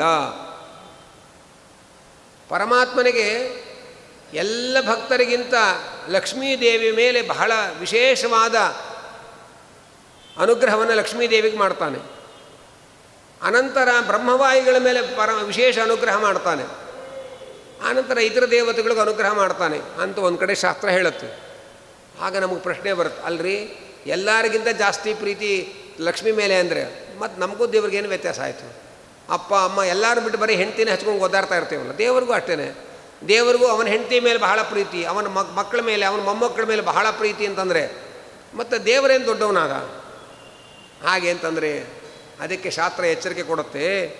ಲಕ್ಷ್ಮೀದೇವಿ ಮೇಲೆ ಭಗವಂತನಿಗೆ ತುಂಬ ಪ್ರೀತಿ ಅಂದರೆ ಹೆಂಡತಿ ಅನ್ನೋ ಕಾರಣದಿಂದ ತುಂಬ ಪ್ರೀತಿ ಅಂತಲ್ಲ, ಎಲ್ಲರಿಗಿಂತ ತುಂಬ ಭಕ್ತಿ ಮಾಡ್ತಾಳಾದ್ದರಿಂದ ತುಂಬ ಪ್ರೀತಿ. ಪ್ರಾಣದೇವರು ಎಲ್ಲ ಜೀವರಾಶಿಗಳಿಗಿಂತಲೂ ಕೂಡ ಬ್ರಹ್ಮವಾಯುಗಳ ಮೇಲೆ ಭಗವಂತನಿಗೆ ವಿಶೇಷವಾದ ಪ್ರೀತಿ ಅಂತಂದರೆ ತನ್ನ ಮಕ್ಕಳು ಅನ್ನೋ ಕಾರಣಕ್ಕೆ ಪ್ರೀತಿ ಅಲ್ಲ. ಅವರ ಎಲ್ಲ ಜೀವ ಸಮುದಾಯಕ್ಕಿಂತಲೂ ಭಗವಂತನಲ್ಲಿ ಅತ್ಯಧಿಕವಾದ ಭಕ್ತಿ ಮಾಡ್ತಾರೆ. ಅವರ ಭಕ್ತಿ ಅತ್ಯಧಿಕವಾದದ್ದರಿಂದ ಅದಕ್ಕೆ ಅನುಗುಣವಾಗಿ ಅವರಲ್ಲಿ ವಿಶೇಷವಾದ ಪ್ರೀತಿ. ಭಕ್ತಿಯ ತಾರತಮ್ಯಕ್ಕನುಸಾರವಾಗಿ ಭಗವಂತನ ಅನುಗ್ರಹ ಪ್ರೀತಿಗಳೇ ಹೊರತು ಬರೇ ಹೆಂಡತಿ ಮಕ್ಕಳು ಮೊಮ್ಮಕ್ಕಳು ಮರಿಮಕ್ಕಳನ್ನು ಸಂಬಂಧದಿಂದ ಪ್ರೀತಿ ಮಾಡೋನಲ್ಲ ಅವನು ಅನ್ನೋ ಎಚ್ಚರಿಕೆಯನ್ನು ಶಾಸ್ತ್ರ ಬಹಳ ಸುಂದರವಾಗಿ ನಮಗೆ ಮನವರಿಕೆ ಮಾಡಿಸಿಕೊಡುತ್ತೆ. ಅನಾದಿನಿತ್ಯೇನ ಆ ವಾಯುದೇವರ ಜ್ಞಾನ ಅನಾದಿನಿತ್ಯವಾದ ಜ್ಞಾನ. ಆ ಮುಕ್ತಿ ಕ್ರಮೇಣ ವರ್ಧಮಾನೇನ, ಮುಕ್ತಿಯವರೆಗೆ ಅವರ ಜ್ಞಾನ ಅಂದರೆ ವಿಕಾಸವನ್ನು ಹೊಂದಿರತಕ್ಕಂಥದ್ದು. ಅಂದರೆ ಇಂಥ ಜ್ಞಾನ ಅದು ಮಾನಸ ಜ್ಞಾನ. ವೃತ್ತಿಜ್ಞಾನ ಅಂದರೆ ಎರಡರ್ಥ ಹೇಳ್ತಾರೆ ಪ್ರಮಾಣ ಪದ್ಧತಿ ಒಳಗೆ. ಆಂತರಂ ಬಾಹ್ಯಂಚ, ಆಂತರಜ್ಞಾನ ಬಾಹ್ಯಜ್ಞಾನ ಅಂತ ಎರಡು ವಿಧ. ಬಾಹ್ಯಜ್ಞಾನ ಅಂದರೆ ಹೊರಗಡೆ ಇಂದ್ರಿಯಗಳಿಂದ ಬರತಕ್ಕ ಜ್ಞಾನ. ಆಂತರಜ್ಞಾನ ಅಂದರೆ ಸ್ವರೂಪದಲ್ಲಿರುವ ಜ್ಞಾನ. ಆ ಪ್ರಾಣದೇವರ ಜ್ಞಾನ ಮುಕ್ತಿಯವರೆಗೆ ಕ್ರಮೇಣ ಅಭಿವೃದ್ಧಿಯನ್ನು ಹೊಂದ್ತಾ ಇರುತ್ತೆ. ಅಂದರೆ ಅವರ ವೃತ್ತಿಜ್ಞಾನ ಏನಿದೆ ಬಾಹ್ಯಜ್ಞಾನ ಅದು ಕ್ರಮೇಣ ವೃದ್ಧಿಯನ್ನು ಪಡಿತಾ ಇರುತ್ತೆ. ಮೋಕ್ಷಕ್ಕೆ ಹೋದ ಮೇಲೆ ತಥೋ ಅವ್ಯಯೇನ, ಮೋಕ್ಷಕ್ಕೆ ಹೋದ ಮೇಲೆ ಅಲ್ಲಿ ನಾಶರಹಿತವಾದ ಜ್ಞಾನ ಒಂದೇ ರೀತಿಯಾಗಿ ಪೂರ್ಣ ಸಮೃದ್ಧವಾಗಿ ಅಭಿವ್ಯಕ್ತವಾಗಿರುತ್ತೆ. ಸದಾ ಪೂರ್ಣೇನ, ಯಾವಾಗಲೂ ಕೂಡ ಅವರ ಜ್ಞಾನ ಪೂರ್ಣ ಜ್ಞಾನ. ಅದಕ್ಕೆ ಅವರನ್ನ ಪೂರ್ಣ ಪ್ರಜ್ಞರು ಅಂತ ಕರೆಯೋದು, ಪೂರ್ಣ ಬೋಧರು ಅಂತ ಕರೆಯೋದು. ವೇದೋಕ್ತ ಅಧಿಕ ವಿಷಯೇಣ ಅಂತಾರೆ. ವೇದಗಳಲ್ಲಿ ಹೇಳಿದ್ದನ್ನು ತಿಳ್ಕೊಳ್ಳೋದು ಒಂದು, ಆದರೆ ವಾಯುದೇವರ ಜ್ಞಾನ ಎಷ್ಟು ಅಗಾಧ ಅಂದರೆ ವೇದಗಳಲ್ಲಿ ಹೇಳದೇ ಇದ್ದ ಭಗವಂತನ ಮಹಿಮೆಯನ್ನು ತಿಳ್ಕೊಂಡಿದ್ದಾರಂಥವರು. ವೇದದಲ್ಲಿ ಹೇಳೋದಕ್ಕಿಂತಲೂ ಹೆಚ್ಚು ಭಗವಂತನ ಮಹಿಮೆಯನ್ನು ತಿಳ್ಕೊಂಡವರು. ವೇದೋಕ್ತ ಅಧಿಕ ವಿಷಯೇಣ ಮತ್ತು ವೇದ ಸಂವಾದಿನ ಮಹಾಜ್ಞಾನೇನ ಅಂದರು. ಅದು ಬಹಳ ಮುಖ್ಯ. ಏನು ಅಂದರೆ ವೇದಗಳನ್ನು ನಾವು ಒಂದು ಪುಸ್ತಕವನ್ನು ಓದಿ ಈ ಪುಸ್ತಕದಲ್ಲಿ ಹೀಗಿದ್ದಾರಪ್ಪ, ಹೀಗೆ ಹೇಳಿದ್ದಾರೆ ಅಂತ ಅಂತೀವಿ. ಅವರು ಹಾಗಲ್ಲ, ಅವರು ಏನು ಹೇಳ್ತಾರೋ ಅದು ಪುಸ್ತಕದಲ್ಲಿರುತ್ತೆ. ಅದು ವಾಯುದೇವರ ಜ್ಞಾನಕ್ಕೂ ನಮ್ಮ ಜ್ಞಾನಕ್ಕೂ ಇರತಕ್ಕ ವ್ಯತ್ಯಾಸ. ವೇದ ಸಂವಾದಿನ ಮಹಾಜ್ಞಾನೇನ, ಆಚಾರ್ಯರಿಗೆ ಏನು ಭಗವಂತನ ಜ್ಞಾನ ಬರುತ್ತೆ ಅವರು ವೇದ ಓದ್ಕೊಂಡು ಆಮೇಲೆ ಹೀಗೆ ತಿಳ್ಕೊಂಡದಲ್ಲ, ಅವರು ಏನು ತಿಳಿದಿದ್ದಾರೆ ಅದು ವೇದದಲ್ಲಿ ಹೇಳ್ತಾ ಇದ್ದಾರೆ. ಹೀಗೆ ತಾವು ವೇದದ ಮೂಲಕವೇ ಜ್ಞಾನವನ್ನು ಸಂಪಾದನೆ ಮಾಡದೇನೆ ಆ ಆಚಾರ್ಯರಿಗೆ ಏನು ಜ್ಞಾನ ಬರುತ್ತೆ ಭಗವಂತನ ಬಗ್ಗೆ ಏನು ಜ್ಞಾನ ಇದೆ ಅವರ ಜ್ಞಾನ ಅವರು ತಿಳ್ಕೊಂಡ ಹಾಗೆ ವೇದ ಹೇಳ್ತಾ ಇದೆ. ವೇದ ಹೇಳಿದ ಹಾಗೆ ಅವ್ರು ತಿಳ್ಕೊಳ್ಳೋದಲ್ಲ, ಅವರು ತಿಳ್ಕೊಂಡ ಹಾಗೆ ವೇದ ಹೇಳ್ತಾ ಇದೆ. ಅಂಥ ಒಂದು ವಿಶೇಷವಾದ ಜ್ಞಾನ ಆಚಾರ್ಯರ ಜ್ಞಾನ, ವಾಯುದೇವರ ಜ್ಞಾನ ಅನ್ನುವುದನ್ನು ತಿಳಿಸ್ತಾ ಇದ್ದಾರೆ. ಅನಂತರ ಶತಜನ್ಮ ಪೂರ್ವಂ ಉದಿತ ಅಪರೋಕ್ಷಜ್ಞಾನೇನ ಪ್ರತಿಭಾತಿಶಯೇನ ಚ ಯುಕ್ತಾಯ ಅಂತ ಇನ್ನೊಂದು ಮಾತು ಹೇಳ್ತಾ ಇದ್ದಾರೆ. ಅಂದರೆ ಶತಜನ್ಮ ಪೂರ್ವಂ ಉದಿತ ಅಪರೋಕ್ಷಜ್ಞಾನೇನ ಪ್ರತಿಭಾತಿಶಯೇನ ಚ ಯುಕ್ತಾಯ. ಅವರು 100 ಜನ್ಮಗಳನ್ನೇನು ಪಡಿತಾರೆ, 100 ಜನ್ಮಗಳಿಗಿಂತಲೂ ಮುಂಚೆಯೇ ಅವರಿಗೆ ಬಿಂಬ ಸಾಕ್ಷಾತ್ಕಾರ ಆಗಿರುತ್ತೆ. 100 ಜನ್ಮ ಸಾಧನೆ ಅಂತ ಅಂತಾರಲ್ಲ, ಅದರಲ್ಲಿ 100 ಜನ್ಮಗಳಿಗಿಂತಲೂ ಮೊದಲೇ ಅವರಿಗೆ ಭಗವಂತನ ಒಂದು ಅಪರೋಕ್ಷ ಜ್ಞಾನ ಆಗಿರುತ್ತೆ.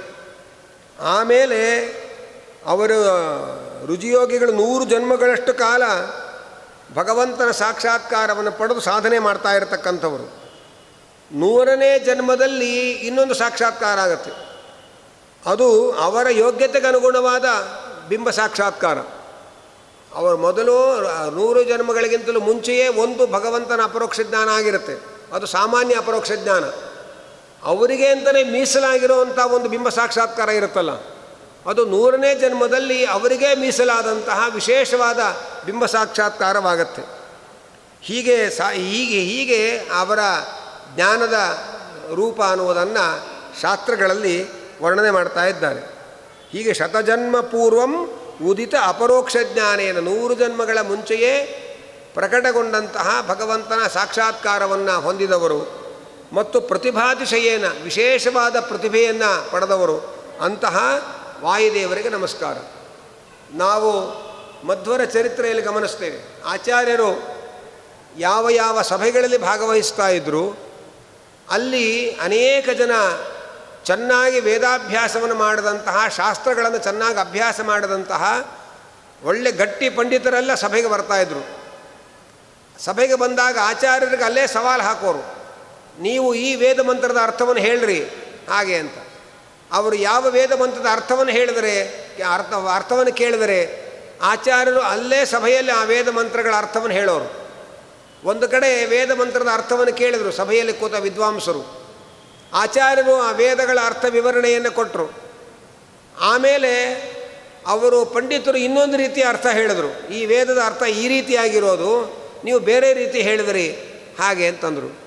ಅದಕ್ಕೆ ಆಚಾರ್ಯ ಹೇಳಿದರು, ನೀವು ಹೇಳಿದ್ದು ಒಂದು ಅರ್ಥ, ನಾನು ಹೇಳಿದ್ದು ಇನ್ನೊಂದು ಅರ್ಥ, ಯಾಕೆಂದರೆ ವೇದಕ್ಕೆ ಅನೇಕ ಅರ್ಥಗಳಿದೆ ಹಾಗೆ ಅಂತ ಹೇಳಿ ಅವರಿಗೆ ಅದನ್ನು ಸ್ಪಷ್ಟಪಡಿಸಿದರು.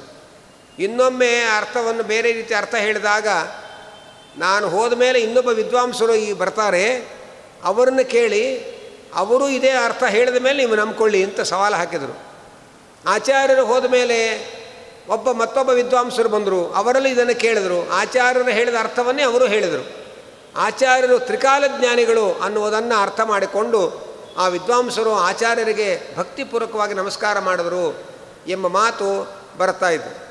ಎಲ್ಲಿ ತನಕ ಅಂದರೆ ಪುಟ್ಟ ವಾಸುದೇವನಾಗಿದ್ದಾಗಲೇ ಆ ವಾಸುದೇವನ ತಂದೆ ಅವರೇ ದೊಡ್ಡ ಪುರಾಣಿಕರು. ವಿಜ್ಞಾತ ಭಾರತ ಪುರಾಣ ಮಹಾರಹಸ್ಯಂ, ಭಾರತ ಪುರಾಣಗಳನ್ನೆಲ್ಲ ಚೆನ್ನಾಗಿ ಓದಿ ಪ್ರವಚನ ಮಾಡ್ತಾಯಿದ್ರು. ಅಂತಹ ತಂದೆಯೇ ಪ್ರವಚನ ಮಾಡುವಾಗ ಒಂದು ಶಬ್ದದ ಅರ್ಥ ಗೊತ್ತಾಗಲಿಲ್ಲ ಅವರಿಗೆ. ಅವರು ಆ ಶಬ್ದದ ಅರ್ಥವನ್ನು ಬಿಟ್ಟು ಹಾಗೆ ಮುಂದಕ್ಕೆ ಪುರಾಣ ಮುಂದುವರಿಸ್ಬಿಟ್ರು. ಆಗ ಜನಗಳಿಗೆ ಗೊತ್ತಾಗಲ್ಲ, ಪಾಪ ಅವ್ರು ಏನು ಓದ್ತಾ ಇದ್ದಾರೆ, ಏನು ಪುಸ್ತಕ ಇದೆ, ಅವ್ರ ಜನಗಳಿಗೆ ಗಮನ ಇರಲ್ಲ. ಆದರೆ ಪಕ್ಕದಲ್ಲಿ ಕೂತ ಮಗ, ನೀವು ಆ ಶಬ್ದಕ್ಕೆ ಅರ್ಥ ಹೇಳೋದು ಬಿಟ್ಬಿಟ್ರೆ ಅದಕ್ಕೆ ಹೇಳಿಬಿಟ್ಟು ಮುಂದಕ್ಕೆ ಹೋಗ್ರಿ ಎಂದ. ಆಗ ಆ ಮಧ್ಯಗೇಹ ಭಟ್ಟರು, ನನಗೆ ಆ ಶಬ್ದದ ಅರ್ಥ ಗೊತ್ತಿಲ್ಲಪ್ಪ, ಅದಕ್ಕೆ ನಾನು ಬಿಟ್ಟೆ ಅಂತ ಪ್ರಾಮಾಣಿಕವಾಗಿ ಹೇಳಿದರು. ವಾಸುದೇವ ಆ ಶಬ್ದದ ಅರ್ಥ ಏನು ಅಂತ ಹೇಳಿಬಿಟ್ಟು ಆಮೇಲೆ ಪುರಾಣ ಮುಂದುವರಿಸ್ಲಿಕ್ಕೆ ಬಿಟ್ಟ. ಇನ್ನೊಂದು ಜಾತ್ರೆಗೆ ಹೋಗ್ತಾರೆ, ಅಮ್ಮನ ಜೊತೆ ಜಾತ್ರೆಗೆ ಹೋಗಿದ್ದ ಚಿಕ್ಕ ಹುಡುಗ. ಅಮ್ಮನ ಜೊತೆ ಜಾತ್ರೆಗೆ ಹೋದಾಗ ಜಾತ್ರೆಯಲ್ಲಿ ಪುರಾಣ ಪ್ರವಚನಗಳೆಲ್ಲ ನಡೀತಾ ಇದ್ದ ಕಾಲ ಅದು. ಹಾಗಾಗಿ ಅಲ್ಲೇ ಒಬ್ಬ ಪುರಾಣಿಕರು ಪುರಾಣ ಹೇಳ್ತಾ ಇದ್ರಂತೆ. ಎಲ್ಲರೂ ಭಕ್ತಿಯಿಂದ ಕೇಳ್ತಾ ಕೂತಿದ್ರು. ವಾಸುದೇವನು ಮುಂದೆ ಕೂತಿದ್ದ. ಇದ್ದಕ್ಕಿದ್ದಂತೆ ಮಧ್ಯೆ ಎದ್ದು, ನೀವು ಹೇಳ್ತಾ ಇರೋ ವಿಚಾರ ವೇದವ್ಯಾಸರ ಸಮ್ಮತವಲ್ಲ, ತಪ್ಪು ಹೇಳ್ತಾ ಇದ್ದೀರಿ ಹಾಗೆ ಅಂತ ಪುಟ್ಟ ಹುಡುಗ ವಾಸುದೇವ ಎದ್ದು ನಿಂತ್ಕೊಂಡು ಹೇಳಿದ್ನಂತೆ. ಎಲ್ಲರೂ ಕೂಡ ಆಶ್ಚರ್ಯ ಪಡ್ತಾ ಇದ್ದಾರೆ, ಈ ಪುಟ್ಟ ಮಗುವಿಗೆ ವೇದವ್ಯಾಸರ ಸಮ್ಮತವಾದ ವಿಷಯ ಯಾವುದು, ಇವರು ಹೇಳ್ತಾ ಇರೋ ಅರ್ಥ ಏನು, ಇದನ್ನೆಲ್ಲ ತಿಳ್ಕೊಂಡಿದೆ ಮಗು ಅಂತ ಹೇಳಿ ಆ ಎಲ್ಲ ಶ್ರೋತೃಗಳು ವಾಸುದೇವನ ಕಡೆ ತಿರ್ಕೊಂಬಿಟ್ರು, ನೀ ಹೇಳಪ್ಪ ಏನರ್ಥ ಅಂತ. ಆನಂತರ ವಾಸುದೇವ ಅದಕ್ಕೆ ಸರಿಯಾದ ಅರ್ಥವನ್ನು ಹೇಳಿ, ಇದು ವೇದವ್ಯಾಸರ ಸಮ್ಮತವಾದ ಅರ್ಥ ಅಂತ ಪ್ರವಚನ ಮಾಡಿದ್ರಂತೆ. ಇನ್ನೂ ಉಪನಯನ ಆಗಿಲ್ಲ, ಇನ್ನೂ ತಂದೆ ಪಾಠ ಹೇಳಿಲ್ಲ, ಆಗಲೇ ಇಂಥ ಪ್ರತಿಭೆಯನ್ನು ತೋರಿದ್ದಾರೆ. ಅನಂತರ ಉಪನಯನ ಮಾಡಿ ಗುರುಕುಲಕ್ಕೆ ಸೇರಿಸಿದ ಮೇಲೆ, ಗುರುಕುಲದಲ್ಲಿ ಇದ್ದಾಗಲೂ ಕೂಡ ಅವರು ತೋಟಂತಿಲ್ಲಾಯರು ಅಂತ ಗುರುಗಳು, ಅವರು ಪಾಠ ಮಾಡ್ತಾ ಇದ್ದಾರೆ. ಪಾಠ ಮಾಡ್ತಾ ಇದ್ದಾಗ ಪಾಠದ ಕಡೆ ಸ್ವಲ್ಪ ಗಮನ ಹರಿಸದೇ ಇರೋ ಹಾಗೆ ಕಾಣಿಸ್ದ ವಾಸುದೇವ. ಅವ್ರಿಗೆ ಸಿಟ್ಟು ಬಂತು, ನಾವು ಪಾಠ ಹೇಳ್ತಾ ಇದ್ದರೆ ಗಮನವೇ ಹರಿಸ್ತಾ ಇಲ್ಲ ಇವನು ಹಾಗೆ ಅಂತ ಹೇಳಿ ಗದರಿಸಿದರು. ಆಗ ನೀವು ಹೇಳಿದ್ದೆಲ್ಲ ಇಷ್ಟೇ ತಾನೇ ಅರ್ಥ ಅಂತೇಳಿ ಅವ್ರು ಹೇಳಿದ್ದನ್ನೆಲ್ಲ ಅನುವಾದ ಮಾಡ್ದ. ಬಹಳ ಆಶ್ಚರ್ಯ ಆಯಿತು ಅವರಿಗೆ. ಅನಂತರ ಅವರ ಗುರುಗಳು ಅಚ್ಯುತಪ್ರಜ್ಞರು ಆಶ್ರಮ ಕೊಟ್ಟು ಅವರು ಪಾಠ ಮಾಡ್ತಾಯಿದ್ರು. ಅವರು ಇಷ್ಟಸಿದ್ಧಿ ಅನ್ನೋ ಒಂದು ಗ್ರಂಥವನ್ನು ಪಾಠ ಮಾಡಿದ್ರು. ಅದರ ಮೊದಲ ಮಂಗಳ ಶ್ಲೋಕದಲ್ಲೇ 32 ದೋಷಗಳಿದೆ ಅಂತ ಶಿಷ್ಯರು ಆಕ್ಷೇಪ ಮಾಡಿದ್ರು. ಸ್ವಲ್ಪ ಸಿಟ್ಟು ಬಂತವರೆಗೆ, ಎಲ್ಲ ದೋಷ ಮುಂದೆ ಪರಿಹಾರ ಮಾಡ್ತಾರೆ ಅಂತ ಗದರಿಸ್ಕೊಂಡು ಪಾಠ ಮುಂದುವರಿಸ್ಲಿಕ್ಕೆ ಹೋದರು. ಅಲ್ಲ, ಅದೇನು ಮುಂದೆ ಹೇಳ್ತಾರೋ ಆ ಪರಿಹಾರ ಮೊದಲು ಹೇಳಿಬಿಟ್ಟು ಆಮೇಲೆ ಪಾಠ ಮುಂದುವರಿಸಿ ಅಂತ ಹೇಳ್ದ. ಭಾಗವತವನ್ನು ಪ್ರವಚನ ಪಾಠ ಮಾಡ್ತಾ ಇದ್ದಾರೆ ಗುರುಗಳು. ಎಲ್ಲರೂ ತಮ್ಮ ಕೈಯಲ್ಲಿ ಭಾಗವತದ ಹಸ್ತಪ್ರತಿಗಳನ್ನ ಇಟ್ಕೊಂಡಿದ್ರು. ಆಗ ಒಂದೊಂದು ಪುಸ್ತಕದಲ್ಲಿ ಒಂದೊಂದು ರೀತಿ ಭಾಗವತದ ಶ್ಲೋಕ ಇದೆ. ಕೂಡಲೇ ಆಚಾರ್ಯ ಹೇಳಿದರು, ಇದು ಈ ಗ್ರಂಥದ ಈ ಪುಸ್ತಕದಲ್ಲಿರೋ ಒಂದು ಪಾಠ ಮಾತ್ರ ವೇದವ್ಯಾಸರ ಸಮ್ಮತವಾದ ಪಾಠ, ಉಳಿದ ಹಸ್ತಪ್ರತಿಗಳಲ್ಲಿರೋದು ವೇದವ್ಯಾಸರ ಸಮ್ಮತವಲ್ಲ ಹಾಗೆ ಅಂತ ಅದನ್ನು ತಿಳಿಸ್ತಾ ಇದ್ದಾರೆ.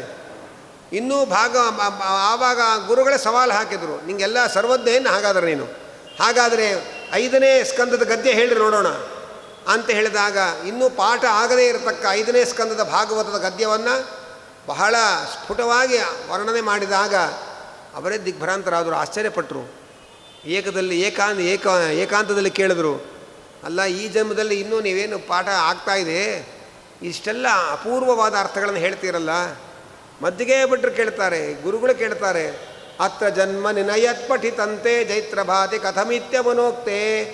ಈ ಜನ್ಮದಲ್ಲಿ ಇನ್ನೂ ಓದ್ತಾ ಇರೋ ವಿದ್ಯಾರ್ಥಿ ನೀನು, ಏನು ಓದಿಲ್ಲ, ಇದೆಲ್ಲ ಹೇಗೆ ಹೊಳೆಯುತ್ತೆ ನಿನಗೆ? ಅದಕ್ಕೆ ಆಚಾರ್ಯ ಹೇಳ್ತಾ ಇದೆಯಲ್ಲ ಜನ್ಮಾಂತರದ್ದು, ಈ ಜನ್ಮದೇನಲ್ಲ, ಜನ್ಮಾಂತರದಲ್ಲೇ ಎಲ್ಲ ತಿಳ್ಕೊಂಡಿದ್ದೇನೆ ಹಾಗೆ ಅಂತ ಉತ್ತರ ಕೊಡ್ತಾರೆ. ಕೊನೆಗೆ ತನ್ನ ಮಗ ಎಲ್ಲ ಮಹಾಪ್ರತಿಭಾಂಬುದಿ, ಎಲ್ಲರ ಎದುರಿಗೆ ಪಾಠ ಹೇಳಿದರೆ ಎಲ್ಲಿ ದೃಷ್ಟಿ ಬೀಳುತ್ತೋ ಅಂಥೇಳಿ ಏಕಾಂತದಲ್ಲಿ ಪಾಠ ಹೇಳಕ್ಕೆ ಶುರು ಮಾಡ್ತಾರೆ ಗುರುಗಳು. ಇಂಥ ಅನೇಕ ಸಂಗತಿಗಳನ್ನು ನಾವು ಮಧ್ವಿಜಯಲ್ಲಿ ಉದ್ದಗಲಕ್ಕೂ ನಾವು ಕಾಣ್ತೇವೆ.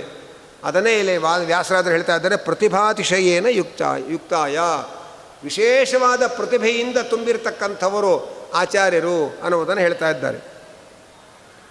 ಸದಾ ವಾಸುದೇವ ಪ್ರಸಾದಕ ಸ್ವವಶ ಮಾನಸಾಯ, ಯಾವಾಗಲೂ ಕೂಡ ಭಗವಂತನನ್ನು ಸಂತೋಷಪಡಿಸ್ತಾ ಇರ್ತಾರೆ. ಯಾವಾಗಲೂ ಭಗವಂತನನ್ನು ಸಂತೋಷಪಡಿಸುವಂತಹ ತಮ್ಮ ಅಧೀನವಾದ ಮನಸ್ಸುಳ್ಳವರು. ಅಂದರೆ ಪ್ರೀಣಯಾಮೋ ವಾಸುದೇವಂ ಅಂತ ಹಾಡಿದ್ದಾರೆ ಅವರು. ಅಂದರೆ ಯಾವಾಗಲೂ ಸರ್ವೋತ್ತಮನಾದ ವಾಸುದೇವನನ್ನು ಸಂತೋಷಗೊಳಿಸ್ತೇವೆ ಅಂತಲೇ ಒಂದು ಸ್ತೋತ್ರವನ್ನೇ ಮಾಡಿ ಎಲ್ಲ ಶಿಷ್ಯರ ಕೈಯಲ್ಲಿ ಅದನ್ನು ಹೇಳಿಸ್ತಾ ಇದ್ದರು ಆಚಾರ್ಯರು. ಅಂದರೆ ಯಾವಾಗಲೂ ಕೂಡ ಭಗವಂತನನ್ನು ಸಂತೋಷಪಡಿಸುವಂತಹ ಮನಸ್ಸುಳ್ಳವರು ಅಲ್ಲ. ಅಕಸ್ಮಾತ್ ಅವ್ರಿಗೂ ಕೂಡ ಬೇಜಾರಾಗಿ ಸ್ವಲ್ಪ ಟಿ ವಿ ನೋಡೋಣ ಸಾಕು, ಪುರಾಣ ಒಂದು ಗಂಟೆ ಹೊತ್ತು ಕೇಳಿದ್ದು ಅಂತ ಅನಿಸಿದರೆ ಅದಕ್ಕೆ ಸ್ವವಶ ಮಾನಸಾಯ, ಅವರ ಮನಸ್ಸು ಅವರ ವಶದಲ್ಲೇ ಇರುತ್ತೆ. ನಮಗಾದರೂ ಒಂದು ಪಕ್ಷ ಮನಸ್ಸು ಸೋತು ಹೋಗಿ ಸ್ವಲ್ಪ ಚೇಂಜ್ ಬೇಕು ನಮಗೆ ಅಂತ ಹೇಳಿ ಪುರಾಣ ಬಿಟ್ಟು ಏನಾರು ಜನರಲ್ಲಾಗಿ ಏನಾರು ಓದೋಣ, ಏನಾರು ಹಾಡು ಕೇಳೋಣ ಅಂತ ತಿರುಗ್ತೇವೆ ನಾವು. ಯಾಕೆಂದರೆ ನಮ್ಮ ಮನಸ್ಸು ನಮ್ಮ ಕೈಯಲ್ಲಿರಲ್ಲ. ಆದರೆ ಆಚಾರ್ಯರಿಗೆ ಅವರ ಮನಸ್ಸು ಅವರ ಕೈಯಲ್ಲೇ ಇದೆ. ಎಲ್ಲ ದೇವತೆಗಳ ಮನಸ್ಸಿಗೂ ಅವರ ಅಭಿಮಾನಿಗಳು. ಹಾಗಿರಬೇಕಾದರೆ ಭಗವಂತನನ್ನು ಸಂತೋಷಗೊಳಿಸುವಂತಹ ಸ್ವಾಧೀನವಾದ ಮನಸ್ಸುಳ್ಳಂತಹ ಮಹಾನುಭಾವರು, ಅಂತಹ ವಾಯುದೇವರಿಗೆ ನಮಸ್ಕಾರ ಎಂಬುದಾಗಿ ಹೇಳ್ತಾ ಇದ್ದಾರೆ.